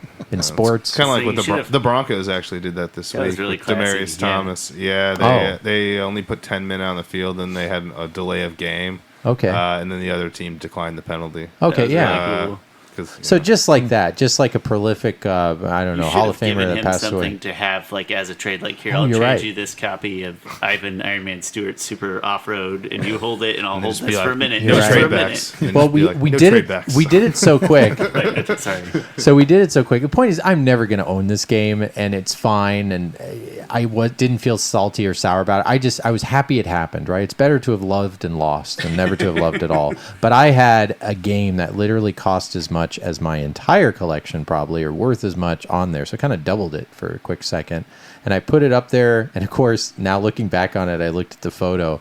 I didn't put it in the right order. I put it in the NCAA, not the NBA. But it's okay. We held it and looked up at it. And he actually knew a lot about it too. So anyway, that was a fun little thing. Maybe you'll find interesting. But that was the other kind of fun thing from the game swap. I only bought one game. That's the other thing. Clap for myself. I bought one game, and that was from Adam, of all people. Clockwork Knight for the Saturn. I played the demo of this when I was a little kid all the time. Or maybe not that little when the Saturn came out, but I loved it, and I played the first level over and over. I always wanted the game. So I broke my whatever. I got rid of so much Saturn, but I picked up a game because I've always wanted, which is Clockwork Knight. So thanks, Adam. We traded some stuff, or we need to still trade a little bit to make it all even. But I got that one game, so that's the least amount of purchases of one game that I've ever had. So I feel like I'm growing up, guys. Yeah, I got the thing from you, which is was a boxed NES cleaning kit. Yeah. Like an official. It's NES cool. cleaning I know. kit. I got it because it Is looks. that the one with Mario on the front? Yeah, he's like, Mario one, and yeah. he's like, Yeah, I got and that Mario one. is a maid. He's like cleaning Yeah. himself. Yeah. So I got that, and then Shane had some boxed NES stuff, and he had really nice boxes, like basically mint looking boxes for. I've been wondering. Yeah. For Who Framed Roger Rabbit with Jessica Nice. Rabbit on the front of it. Yep, And I got that one. and then Donkey Kong Classic. Oh, they're I got a really that nice orange- box. So orange box. I got both of those. Shane owes me, so I basically just took that off his tab. Oh, okay. I went over to his table and because well, his kids probably won't hear this before Christmas, but No. You're good. he really wanted to get them an Xbox Series X for Christmas, and has not been able to find one. And I was able to snag one. Oh, sweet. So, The refrigerator, the big one. no, yeah, this is just the Series X, the console. Oh, And so but that's he- what I meant. The refrigerator. yeah. model. So he's Sorry. still got to trade me some stuff, but we took that off the tab. Sweet. Yeah. So that worked out. And I'm actually really excited about him getting the Series X because we've been playing the Series X at my house. I know. And, It's funny. I don't have anything. So of the new I was consoles. texting him the other night, like, you need to get this thing downloaded. You need to put Game Pass on. You need to download all these games so we can play. Yeah. So the kids can play together on Christmas and that type of stuff, like Halo Infinite, for instance. But yeah, I'm pretty happy about all that. Well, we could talk about a few other things real quick. We can leave off the cons. Anything else? Any questions you had? Because Michael, you weren't able to go. Nothing. Okay. So yeah, let's move on. So cons have been a lot of fun. That's the end of the cons for this year of 2021. 2022, we have no idea. There's some ones in Kansas City. We'll, of course, talk about those when they get a little bit closer. There's one in Columbia, Missouri. A1 Gaming, I think, is in April. Yeah, it's in April, something like that. Yeah, so check that out if you're in the Mo area. Mini, I think, is in February. That's right. Mo GameCon Junior is in February. Junior. Don't know if we're going to make that one, but that's about the size of this one that we went to, so maybe it wouldn't hurt to do that. But yeah, so you were talking about the Xbox. I made an Xbox purchase. I bought Game Pass Ultimate because on Black Friday, and we could talk about our Black Friday pickups. I don't have that many. This is the least amount of stuff because again, I'm trying to acquire money, not spend it for some personal ventures and just changing things up. But I picked up Game Pass Ultimate because it was $40 for 3 months. Their Black Friday sale. So did that. I think I did it like 3 years ago as well. So the main reason I did is because of that Halo Infinite. We already talked about it during Grayson's Game Shark, but I picked that up and only played the first 30 minutes of it, so I can't comment on it very much, but it's definitely Halo. It's very Halo. And I played Halo 1 and 2, guys. I always kind of thought I'd go and play the rest of them, but I never did, so I kind of don't know what's going on in the story. Covenant and the I mean, I know and it there's seems like it's Covenant again, and you're on the same world, the same Halo. Am I missing something, guys? I don't think so. I mean, I've played bits and pieces of all of them, I guess, at one point or another. But Grayson and I went back and played the Master Chief Collection, and I played 1 and 2. And it's been a long time, but I played the others. I've never cared about the story at all. Like I don't know the story, don't care about the story. I skip the scenes when I'm able to. Yeah. But that's probably like hurting people by hearing that. But I it's a first-person shooter. I don't give a crap what the story is. I mean, it's Halo. It plays like Halo. Yeah. I mean, it feels like Halo is just prettier than the other Halos. Yep. Black Friday, I picked up Guardians of the Galaxy. Haven't played it. I did not pick up very many games, so it was really just Guardians of the Galaxy for PS4. I heard good things, guys. I just haven't played it. That's why I picked it up. A lot better than Avengers. And then, don't make fun of me, or do if you want to. I got Ryan's Kart Racing, and then Paw Patrol and Peppa Pig for PS4. Obviously, those weren't for me. They were for my son. I'm trying to get Sure, Ben. well, you know what? The dang, what is it? The Tommy Tallarico thing's not coming out. I need to play something Right, with him. had to have a filler for Christmas. Yeah, so my son loves Peppa Pig, and they had a Peppa Pig game, and it was on sale. It was like $20 or something. So I was like, okay, I'll get that, because I really wasn't wanting to buy games, but I thought that was good. So I already platinumed it, if you guys are wondering. And it is a lot like this. It looks just like the show. There's not much of a game to it. I actually think it'd be really tricky for a kid. I was able to breeze through it because, of course, I'm a seasoned video we know gamer. who it was really Yeah, for. yeah. That's what I thought, man. Can brag. But he liked it. So, getting him to kind of understand controllers, he was having a little bit of trouble, but he was finally kind of getting into it. But the Paw Patrol 2, he's getting all right. He could play it for 30 minutes or so. But they're fine. They're kids' games. They'll work. I am happy because my son finally was able to kind of not get good at a game, but he's never been able to play anything, even the arcade Ninja Turtles. Rampage yesterday was the first, and I think I can officially say this is the first time my son was into a video game, and it kind of brings tears to my eyes because it's Rampage. I love that arcade as a kid. It was the first arcade 1-up I got. So on the arcade 1-up, he's tried to play it before, and he'll play it for like a minute and he'll get frustrated because climbing the buildings isn't all that easy. I mean, you have to hit up. It's not hard. It's an arcade game. But you have to have it pixel perfect where you're Right. hitting it up at. And you can eat people and do stuff. Well, he finally kind of got it, and he can punch and kick, and you can't really die in that game. So we played it for 45 minutes, and he was digging it. And I think we just had to go upstairs to do something else. So it was a lot of fun, guys. I don't know. I felt like we broke the what is it broke the seal or something. Yeah. But it was really, really kind of fun and cute, and just watching him interact with it, and even Daphne was into it too. My daughter, she's just 2, but she was up there and she wanted to play because, of course, brother was playing. But I don't know. That's what we do it for. It was tons of fun, and I kept giving him, because he kept going underwater, and dying, or he was getting blasted by the tank or whatever. But man, Rampage, tons of fun, and kind of love that. I love that game, even though it's very simple, and it's a reason why you can't play those games for very long, because all those old nostalgic games are kind of like kids games anyway, even though we played them and adult people played them. I think that's why it's hard to play them for an extended period of time, because ultimately they're just so super duper simple. But that was a ton of fun. So those were my I don't know, I think the extent of my pickups. Yeah, I haven't picked up very much stuff myself. So I got the OLED Switch at the end of I think October. you mentioned that last episode. Did I? Uh-huh. Yeah. Okay. Well, it's pretty. And but I bought. So Or it was shipped and it was almost there. So you could tell us what you. What yeah, I mean it's nice. I mean it's a Switch, and it looks better than the other Switch. That's basically all it is. But it's, if you're into Switch, it's nice to have one. White one. Yeah. And I actually was able to pre-order 2 of them, a white one and a different colored one, or the red and blue or whatever. So I canceled my red and blue one because I didn't want to be that guy. And then I thought that I had canceled the one from Walmart, but it actually came, and so did the Best Buy one. So I've got 2 of them. So one of them's going in the closet. It's my Doomsday Switch. So I got that, and then on Black Friday, the big purchase for my Christmas, I guess if you want to call it that, I bought one of the LG OLED televisions.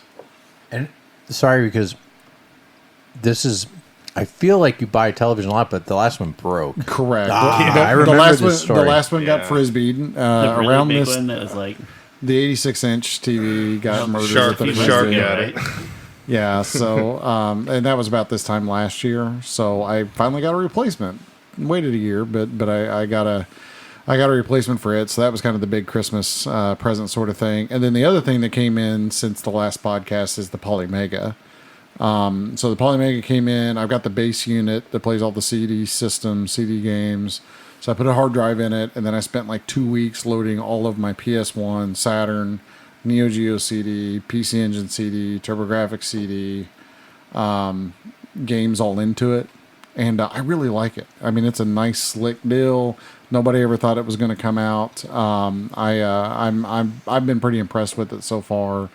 Games are almost flawless. I've only had issues with a couple of games and a couple of games not installing. And it's not even the system that's the problem. It's that because it accepts CDs from so many different platforms and that type of thing, the manufacturing process on different systems, the CDs are actually a little bit different thickness. Oh. So there's a few versions of a few games, like very early PS1 games, where the disc is actually fatter, and so the lens has trouble focusing on those games. So the software itself is actually compatible, but you can throw those games into a CD burner, burn a CDR off your game. So the Polymega doesn't like the chunkies. And huh? then but it's only, I mean, out of the like 600 games, I Judgy probably Polymega? yeah. Out of the 600 games I've tried on it, I've had like I think 4 or 5 not work. Okay. So so that's a pretty good hit rate. I feel like as far as compatibility goes, and it plays Saturn just fantastic. And the funny thing is, I thought it would have the most trouble reading Saturn games. I have Saturn games that just are scratched and look terrible, and you think they wouldn't load just fine. It's actually the really early PS1 games, or there are like I think Twisted Metal. It was one, for instance, that wouldn't load. For the Polymega's defense, even PS1 systems can't handle those early ones. Those early ones, like even I remember in like '98, they're like, oh, if your disc is this color or whatever. Yeah, the two that I can think of off the top of my head, my PS1 Resident Evil in the long box wouldn't load, and my Twisted Metal one would not load, but I had the director's cut, the re-release of Resident Evil, and it loads just fine. So that's not too big of a deal. Good. But yeah, I've been really happy with it. I'm using an aftermarket wireless Saturn controller, and so I play my PlayStation games. I played Project Overkill with a Saturn controller. Yeah. There's something very wrong about that, but I was going to say, which 4 buttons did you have to use? But I play, but I've been playing everything with a Saturn controller, which is a lot of fun. Playing PlayStation Fighters with the Saturn controller. But we're still waiting. We still have another Polymega that should be here soon with all the modules. So I'll give an update on how that goes. Great. What about you, Michael? Any Black Friday pickups? I was going to, but actually I had to get a new furnace for the house, and hey, that's adulting. Yeah. Dude, that's like some super adulting. Yeah, so I'm like kind of transitioning to a new job right now, and just thought it might be wise. I'm also going to need a new AC unit. New furnaces and AC sucks. Yeah, they're so expensive. Our furnace I had to buy a new one smelling and it started smoking, and that just freaked out the wife. Yeah, but just I don't want to burn down the house. All right.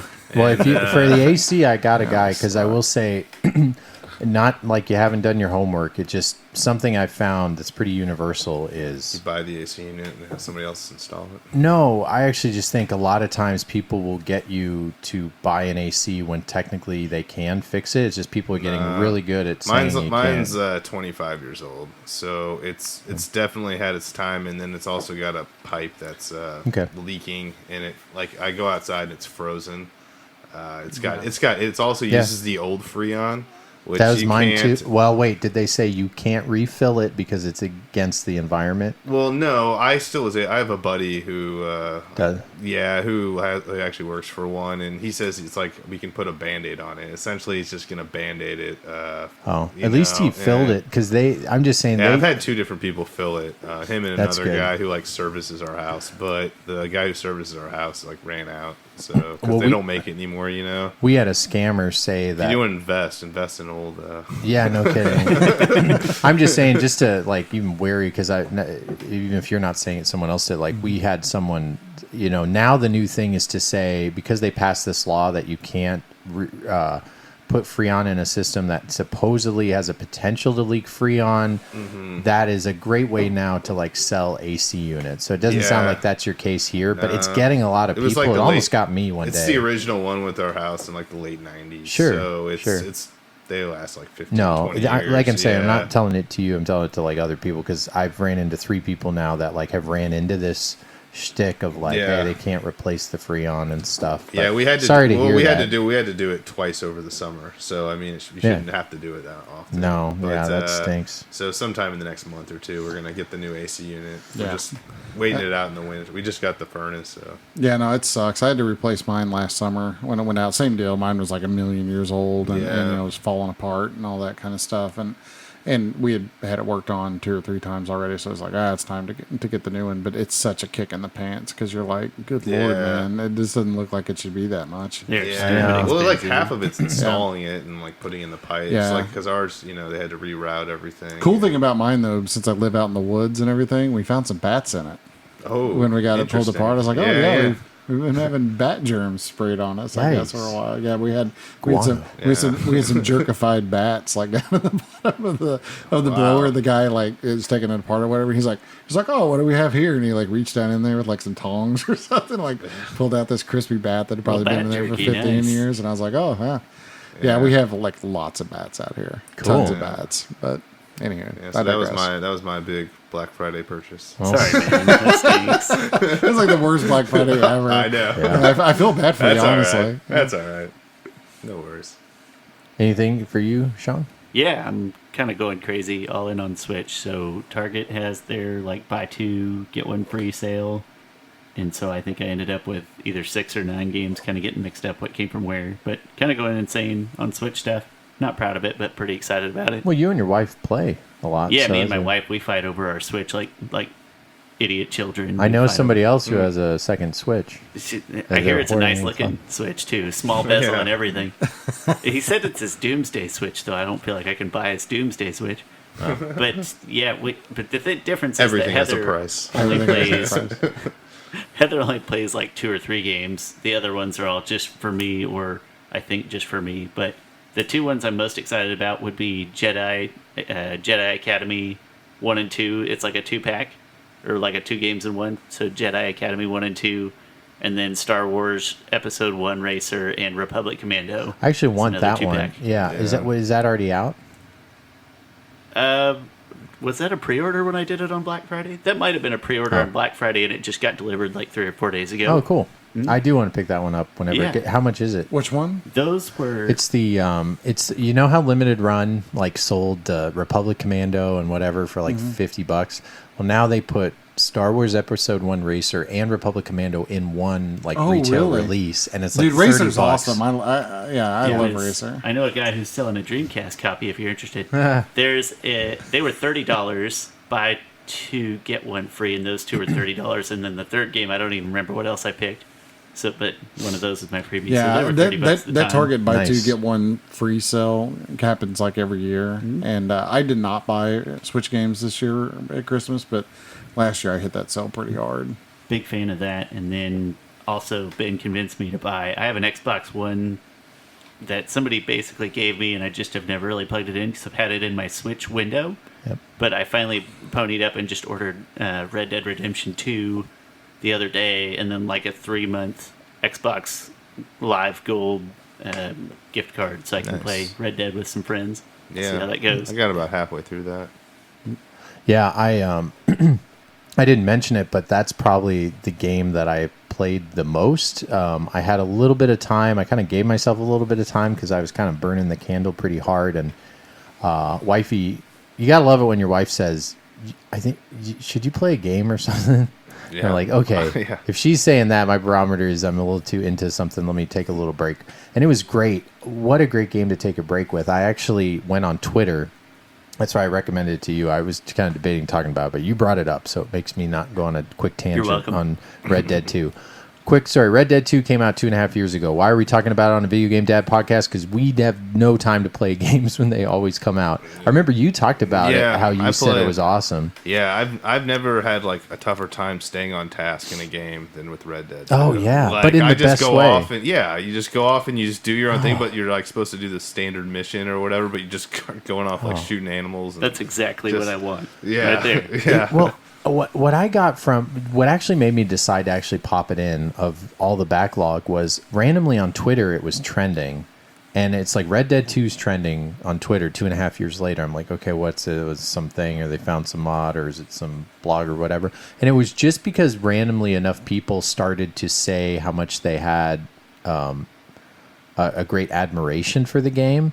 And then everybody else was kind of hopping on like, yeah, thank you for reminding me of this game. It's the best game ever. And they'd show all these like vistas and these pretty pictures. And I was like, holy cow. And it just was like this, all these gushing like posts about, oh yeah, Red Dead's great. And that was literally why it was trending, because enough people saw it and were like, oh man, this is the best game. It's like, I love like the best time I had gaming was when I was into this game or whatever. And I was like, you know what? I'm going to make that the next one I pop in. And blew me away. Again, I'm not going to get into a full review of a game that's 2.5 years old for people that already played it. But if you have this in your backlog, I can't believe how good this game looks. Yeah. Like, you can see the sun filament through parts of your dermis that are transparent.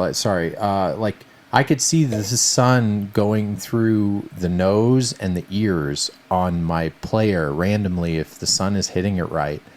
I have a relationship with this horse. Yeah. This horse, and you can have up to 4 of them. Yeah. And what actually gets me, besides the dynamic, beautiful aspect of the world, there's a story. There's obviously it's a very good story, and the characters are very well done, and the acting is ridiculous. It doesn't give you that. What is it?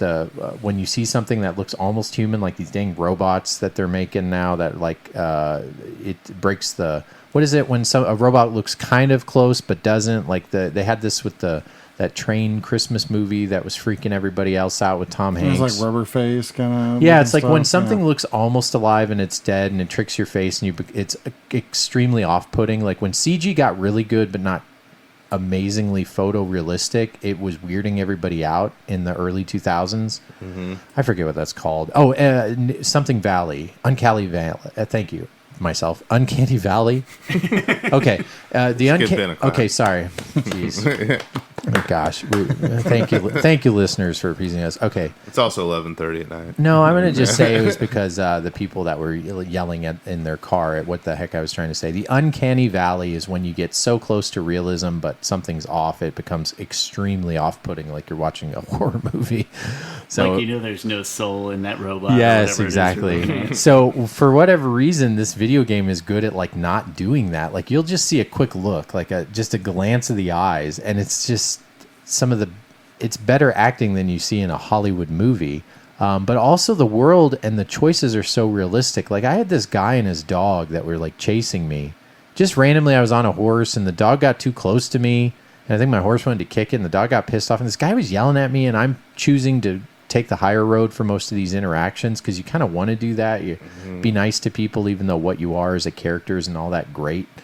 It's basically turn of the century. Cowboys are leaving, and the whole outlet. The world is industrializing, but you're still part of the old like gunslingers. But you're dying off, so you kind of know the story is how it's going to go. You just want to create that journey with it. Well, I'm trying to take the high road. This dog's bothering me, and I'm just really going far away, and they keep chasing me. This guy's really pissed at me, so but I get towards a cliff, and when you're at the cliff, your horse is going to do the right thing. It's going to buck back. And when I buck back and tried to turn around, this poor dog didn't notice there was a little crevice. So this dog unfortunately fell down the crevice. Folks, it's not a real dog, it's just a video game dog. But it sounded like a real dog. I heard him fall, and I heard a yelp. I was like, oh no. But then his owner let out this scream. And again, this is an NPC. This is not part of the story. This is an organic thing that happened at that time and place for my game. So this guy, his dog, falls down the video game dog and it passes away, and he, lets out the scream, and then he's pissed at me, and he's super pissed. Now he's coming after me with a gun because somehow the game logically knew all these things that happened, but this was built into an NPC. And the game is full of situations like that where you come up to a situation, you want to answer it with a video game thing, but you kind of answer it with, well, what would you do in real life? Like, you got to get this guy out of the prison. How do you do it? Well, I'm going to see, can I hook up a chain to the door of the jail and put it to my horse or something like that? Or There's someone creating like an illegal like still in the basement of this like general store, and you realize it, and then you go up to the general store and there's no way to talk to him, but I'm like, forget this, I'm going to pull a gun out. I'm not going to shoot him, I'm going to pull him out. And he's like freaking out, and then eventually a prompt comes up with like, what's going on in the basement? Oh, you don't want to see it. All these dynamic things happen that aren't even part of the main story that you can miss. And when I go to YouTube comments to see what I'm missing, like I met this lady and she's helping me find dinosaur bones. There's all these like hidden treasures and secret treasure maps that aren't even part of the main story that I find on YouTube comments. Somebody says, I played 800 hours of this and I haven't even seen this. And it's like a full-blown like story thing that has a backstory with a lady with like 3 sons that are like no, that's those Rockstar games. I mean, they're technical marvels for sure. Because Grand Theft Auto 5, I have not spent as much time with Red Dead 2 as Grand Theft Auto 5, but Grand Theft Auto 5's that way too in a lot of respects. Like, you just run into stuff and you're like, holy moly, man. Like, less than 1% of the people who play this are ever going to do this, and yet it's still here. And they do the logic for whatever decision you make of, like, you kill the person or you just rob them and you don't kill them, or you shoot above their head or you don't, or you get caught by them and they have... So, evidently... There are 500,000 lines of dialogue in this video game, and most video games only have at most 80, 90,000, and that's a big video game. And the fact that this has almost 500,000, I completely believe it, because you can watch shows. I went to the theater once, and because I don't mind going to the theater. Yeah, I did it once. Yeah, I went to the theater, and I actually watched all the shows, and they had more and more coming, and it was like 30, 40 minutes of all these people doing vaudeville, and you can comment on it and say, that's a good picture and all this, and you're just there like enjoying a show. Yeah, it would be in like, you know, they always say like if you could have like 3 games on a deserted island, that would be one of my games. That's like awesome. You could just play forever. I agree, yeah, and just the hunting aspect, the differences in the terrain and how your horse reacts to it. Sorry to segue, but if I could have any game on a desert island, I would have an online enabled pirated Nintendo game, because so normally they would come find me. Oh yeah. Normally they say no online play, or you make that as a thing. I would totally. What's this, a ROM hack of Super Metroid? Yeah, exactly. I'd be like, ROM hack of Super Metroid online enabled that alerts the Nintendo headquarters. That's the game I want. Yeah. Sorry. No. I'm talking a lot about. I've heard it like online and then not online. I haven't even played the Red Dead Online. I just play, and I like Grand Theft Auto 5 too, but I've never gone back to it because Grand Theft Auto 5 is almost like a parody of real life. Red Dead feels like this was like, okay, well, let's get as realistic as we can. But the funny thing about this is the dichotomy, because me and my brother who have played both, I don't like Red Dead 2. Really? Yeah, I honestly don't like the game. I've played maybe 25 or 30 hours of it.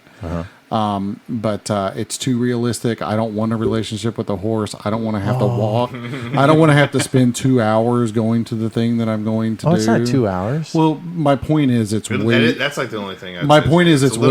It's way too realistic. I don't like it. That's true, but that's after a while. I don't like real sim games. Like, I don't like Gran Turismo, for instance. Right. So it's just a different play style. But I like Grand Theft Auto 5 because I could just hop in a car and go do stuff like immediately. And Red Dead is a much slower paced, much more deliberate game. And it's totally not my speed. I hear you. I just find it interesting, that people do like it so much. And I even understand why they like it. It's just not my cup of tea. Yeah. I was talking about this exact same thing with my brother the other day, because he was trying to restart Red Dead 2 and give it another chance. But he's like, dude, I just don't like it. And I said, no, I mean, I get it. But I think what got me actually is I didn't play any of the missions. What I love to do is treasure hunt. So once I realized there were treasure there, I went to the places that they'll give you a treasure map, and then you look at clues and find treasure. And the places they put this treasure, and you get like a gold bar and it's $500. It doesn't break the game, but then I can buy fast travel and I can do all this stuff. And I found you can do that at any point in the game. Said, oh, well, that's the thing to do. And then I found out there's this alpine white horse in the northernmost part, and the way you get it is by finding it. Yes, right. The alpine horse, and it's the fastest horse in the game. Yep. And I found it, and I spent 2 hours trying to Train it or train whatever, it, yeah. and you Yeah, would but see, buck this me is- off, and yeah. you'd lose it. But then I found out, like, I just went on YouTube, and this guy like said this strat of how to get it, and I got it the next time, and it was one of the most fulfilling things ever to get this horse. And the funny thing is, if the horse dies, you have to get a new horse and everything. You just stable it. So I'm like, it's not like I'm almost going to get hit by a train. It's kind of hard for it to die. You have to be really, really dumb to do it, but it's like possible, or something crazy can happen. You just feed it carrots and stuff. What's that? You just feed it You carrots can- and it gets or better. oats. Yeah, or oats. peppermint. If you give it peppermint, it gives you 5 times the amount of bonding. Yeah, so you But, guys are explaining exactly why I don't like Why the you game. don't like it? Yes. Yeah. Okay, Yeah. then how about this? Here's my last thing. When I was going through and I was just like on a beach, there was like a corpse there on on the beach that didn't show up, didn't have a story attached to it, but it had like, and evidently it was a runaway like slave, because this is around the time when they don't have it anymore, but they were still in the South, had like, cotton farms, but they weren't considered slaves, but anyway, it does some interesting things. 3/5. But this was and it was a washed up slave that tried to run away, and it had this story about it that said, well, we were in a cabin the north of whatever. So you follow these breadcrumbs, and you don't have to take it. It's not part of a story, but it takes you to another part that then you find a loose floorboard and you see a picture, and that takes you to yet another area. And then there was another guy who owned a house that was upset because his house got foreclosed, but you found out he was keeping slaves in his basement, right, in these inhumane conditions. So he wanted his things back, but you bring him back and you find out he's such a pathetic person. You like throw his stuff in a fire in front of him, and then he gets so mad and enraged and everything like that. And I don't know. It's just like that wasn't even part of the dang story, and it was because I followed this breadcrumb of this random corpse on a beach I would have never seen otherwise. Anyway, cool game. Yeah, thanks for the recommendation. Between Yeah. cons and Black Friday, I've been in such like a Switch heavy mode. It's nice to step back and remember that other stuff out there I can be playing. Yeah, but Pretty excited to try it. all right. But no, I hear you, Adam. I think it's also like, I don't know. I feel like Was it in I your get top what 100 Adam's saying. games It's of all slower time? pace and Humbug. Well, No, see, I mean, oh. it's just, like I said, it's just, no, I mean, I totally get it. And like I said, I get why people like it I don't so even like much. cowboy stuff. But Breath of the Wild, I still don't want to play. I'm I have not a no big, urge. But I have no urge to But play you know where Breath. Breath of the Wild ranks for Zelda games for me? Very near the bottom. Yeah, It's everybody's favorite Zelda game. It's probably one of my least favorite Zelda games. see, Sean But- likes it, but but it- It's like my but I number don't- 2, I think. Generally speaking, I'm not a big fan of open world games. I like yeah, I know.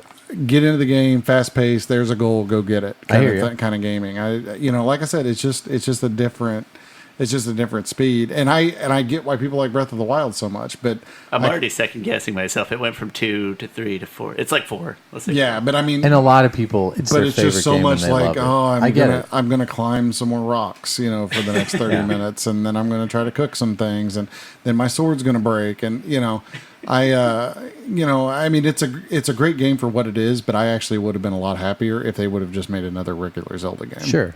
Personally, And I hear you. Everybody's different. You love it. I don't even really want to play it yet. I love Horizon. I love. Everybody calls Beyond Good and Evil a Zelda clone, and I love Beyond Good and Evil. I'm not a huge Zelda fan, and then I don't like cowboy stuff yet. I really, really, really, really like this game. So it doesn't always make sense what speaks to you. Correct. But I actually like the original Red Dead game.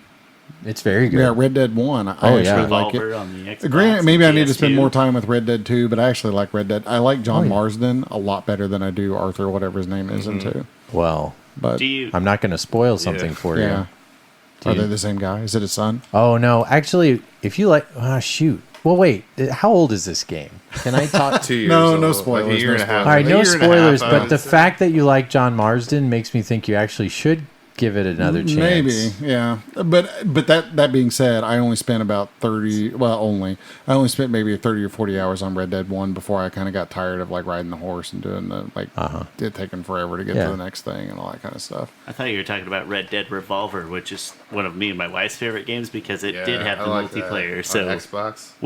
we had it on PS2. We loved Gun and we loved Red Dead. We went through a weird cowboy phase. Oh, yeah. For some Yeah. reason, but Red Dead had the multiplayer. Gun's great game. Besides that, I did really quickly want to shout out almost an indie game that was for Game Pass. It's called XO1. It's for Game Pass. If you have Game Pass, you can play it. It's like Flight of the Navigator meets Interstellar. So I saw the game, and it was like, it says XO1. It has this little dot in space. I didn't know what it was, and I watched a preview of it. And basically, it's like, I forget, there's this game where you play with gravity, where basically you're like it's like a sci-fi Flappy Bird in 3D. That's not a good description of it. But basically, you're like this little spaceship that's flying through these worlds, and you have to get from one point to another, this beacon of light on the other end of the road. I think, again, there's some flying game that someone, but it reminds me, it gives you a lot of nods of Journey or Flower mixed with like cool sci-fi like The Martian. It's technically free. It's really like, in every level is slightly different. There's another kind of slight take with it. There's not much story, exposition, but you're in this like little spaceship that basically you control either the height or the gravity. So it's basically you're magnetized to the ground, but you use the ground to kind of move forward. So it's not difficult. You can't technically die. It might take you a while to get until you get the hang of the controls, but it kind of has a simplistic arcade. The reason why I would recommend this to our listeners is if you have the Xbox One, you have the Game Pass, give it a try, because it blends a modern game and an old game in a way you don't even realize you're playing a game. And each level gets a little more intricate. The first 2 or 3 levels are about the same, so you get used to the controls, but once you have them down, they like turn things kind of on their head, but never in a frustrating way. But a lot of like similarities to Journey mixed with like some really good like Blade Runner type sci-fi. So XO1, check it out. I thought it was very good. One quick recommendation, just because you have Game Pass, download Control. Oh yeah. I started playing Control this week. So that was almost instead of Red Dead. I haven't. It's really good. I've heard that it was either that or Red Dead to play. Right. that's been on my Game Pass list forever. I won't spoil anything. No. But you'll really like Control. It's a very good game. I've seen some mild reviews without spoilers. It looks like it's up my alley. It was either that or Red Dead, and I felt like Control was a little scary. It is. It's a little. It's not kind of scary. a wimp. It's like sci-fi-ish sort of thriller sort of thing. But I don't even really know what it's about yet. I'm just a few hours into it. But anywho, I heard it's awesome. Yeah, they made it for PlayStation Plus, the Ultimate Edition, free. So is the Xbox One the Ultimate or just the regular Control? I have no idea. Okay. It's cool that it's free on both things. So if you've got PlayStation Plus, likelihood you could have gotten it for free, I think a year ago when it came out, something like that.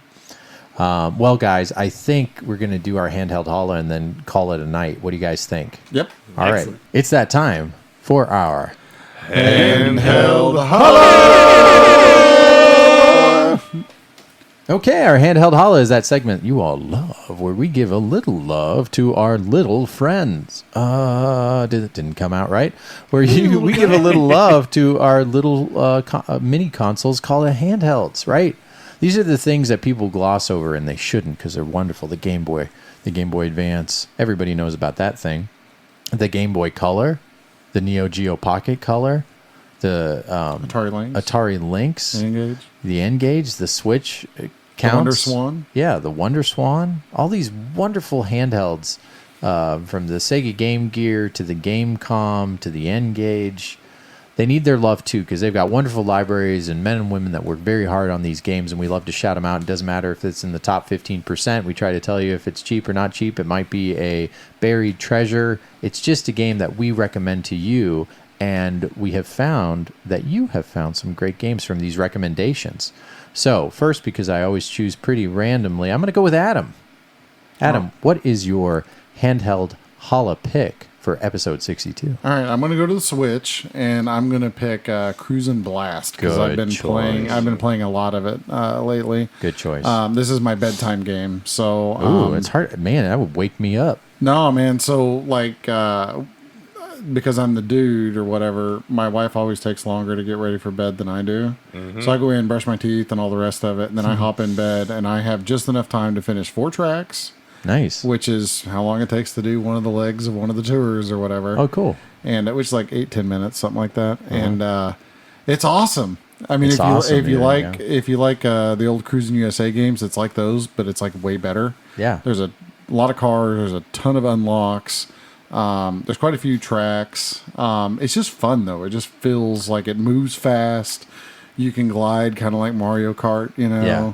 And there's all this boosting and stuff that happens from that. It's just fun. It's a really fun, very unrealistic arcade racer. It's rare to have a late 90s arcade game feel that doesn't really get old. I agree with you. I forgot to mention when Shane and I went to Retropalooza, one of the nights, Saturday night, we stayed up late playing this game, and it was so much fun. The unlocks, it's a simple game. It's made by Raw Thrills, which actually give them some love because Raw Thrills owns the Jurassic Park arcade and a bunch of other really good arcades. Yeah, they're basically the only people making non-redemption games that are any good. Yeah, so Right now. if you like it, buy it, support it, because then they'll make more. The head honcho for Raw Thrills, I forget his story, but he's connected to something where he's something of something. He's not some CEO schmuck. He's like a cool guy that has a great passion for games, and he wanted this cruising game to be good. And it obviously is good. It's the first time we've had a good cruising game for a long time. So wonderful choice. This game varies. I think retail price was $40 when it came out, but you can find it for It goes on sale for $25. like 25 bucks. Yeah. But you can't go wrong with this title. Try to pick up Cruisin' Blast. All right. Next we'll have Michael. Michael, what is your handheld holo pick? My pick is Beavis and Butthead for the Game Gear. Yeah. What do we Made by do? GT Interactive and Atari. And it's a little side scroller. You kind of avoid stuff, collect stuff. Pizzas you TB. avoid. Yeah. I love the game for the Super NES. The Game Gear version is very good as well. Even though it's like simple movie license style game, it's got that weird like hitbox. It takes a while to get good at it. Wouldn't you say? It has like little cutscenes too with Beavis and Butthead. But it looks looks there's a little good. nostalgia in there. Yeah, it looks real good. That's a great pick. What's the price-ish go I think for? it's like around $18 now. Oh, so that's pricey for a Game Gear. Yeah, it's gone up quite a bit recently. I My think. goodness. All right. It's Beavis and Butthead, though, I mean, yeah. I still love that scene, Beavis and Butthead do Vegas, where they escape out of the back of that trunk of the car. And it's like they're down the highway. They're like, what do I do? I can't jump out of a moving car. He's like, no. Just run real fast when you hit the ground. And then he like gets out and instantly like spins around. He's screaming, and it's Beavis screaming because it's like, ah! And I remember as a kid, I was young, but I replayed it over and over. It's one of my favorite scenes, best top scenes in comedy. That. Sean, you're next. What do Maybe you not got? the sexiest pick, because I imagine a lot of people know about it already, but Final Fantasy Adventure on the original Nintendo Game Boy. So Yeah. if you throw aside all the stupid naming conventions that we dealt with back then, it is the first game in the Mana series. Final Fantasy Adventure plays a little bit like a Zelda game, like a top-down Zelda game, Cool. more than anything. Some light puzzle elements to it that make it feel like Zelda. Probably not as good as Link's Awakening, but really good game. I recently replayed it for the first time in, 20 years probably. I'll let you play it on my pocket if you want. That would actually be kind of sick, yeah. Yeah. I know, maybe I shouldn't admit it, but currently when I'm replaying it on the Just- Switch in the collection. Yes, what is it? The laughing boy in the class? You want to share with everybody else? Me and Adam thought that sounded No, a little they're dirty. just- It's just you know. we're just Pocket- you're the one Our that's- heads in the gutter. I'm like, sorry. just like- You were driving in a van earlier, and but the fact that Adam also thought the same thing made me feel good about it. So And this coming from the guy telling me about this French cuisine stuff that has me, my eyes watering. I mean, did you realize you said that out loud, Adam? You have a real. microphone It's in front of you. real. When you were talking about the poutine. Canadian Oh, food. poutine, No, just stop yeah. it. You've said it no, enough. it's poutine. It's just French fries. All right. yeah, whatever. it is. Yeah, it's just French fries. I'm going to have to say With- 5 with- Hail with Marys gravy- for with you. gravy and cheese. All right. Well, anyway, great hand holo pick so far. Yeah, okay. That's How all about- this how about- innuendo. I've had enough of it. Okay. What's your pick, man? So yeah, my pick is for the Game Boy Advance, Medal of Honor Infiltrator.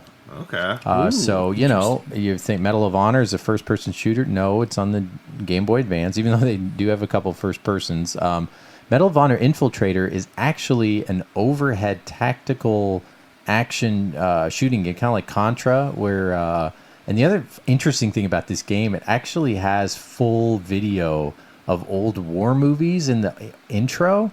So if you kind of look up this game, it's very it does things that not many GBA games can do. It's very fun. It plays really well. It kind of has a graphic art style of Metal Slug, except in a kind of overhead action kind of war game. So it's kind of got those it's kind of like the overhead parts of Contra, except with good graphics.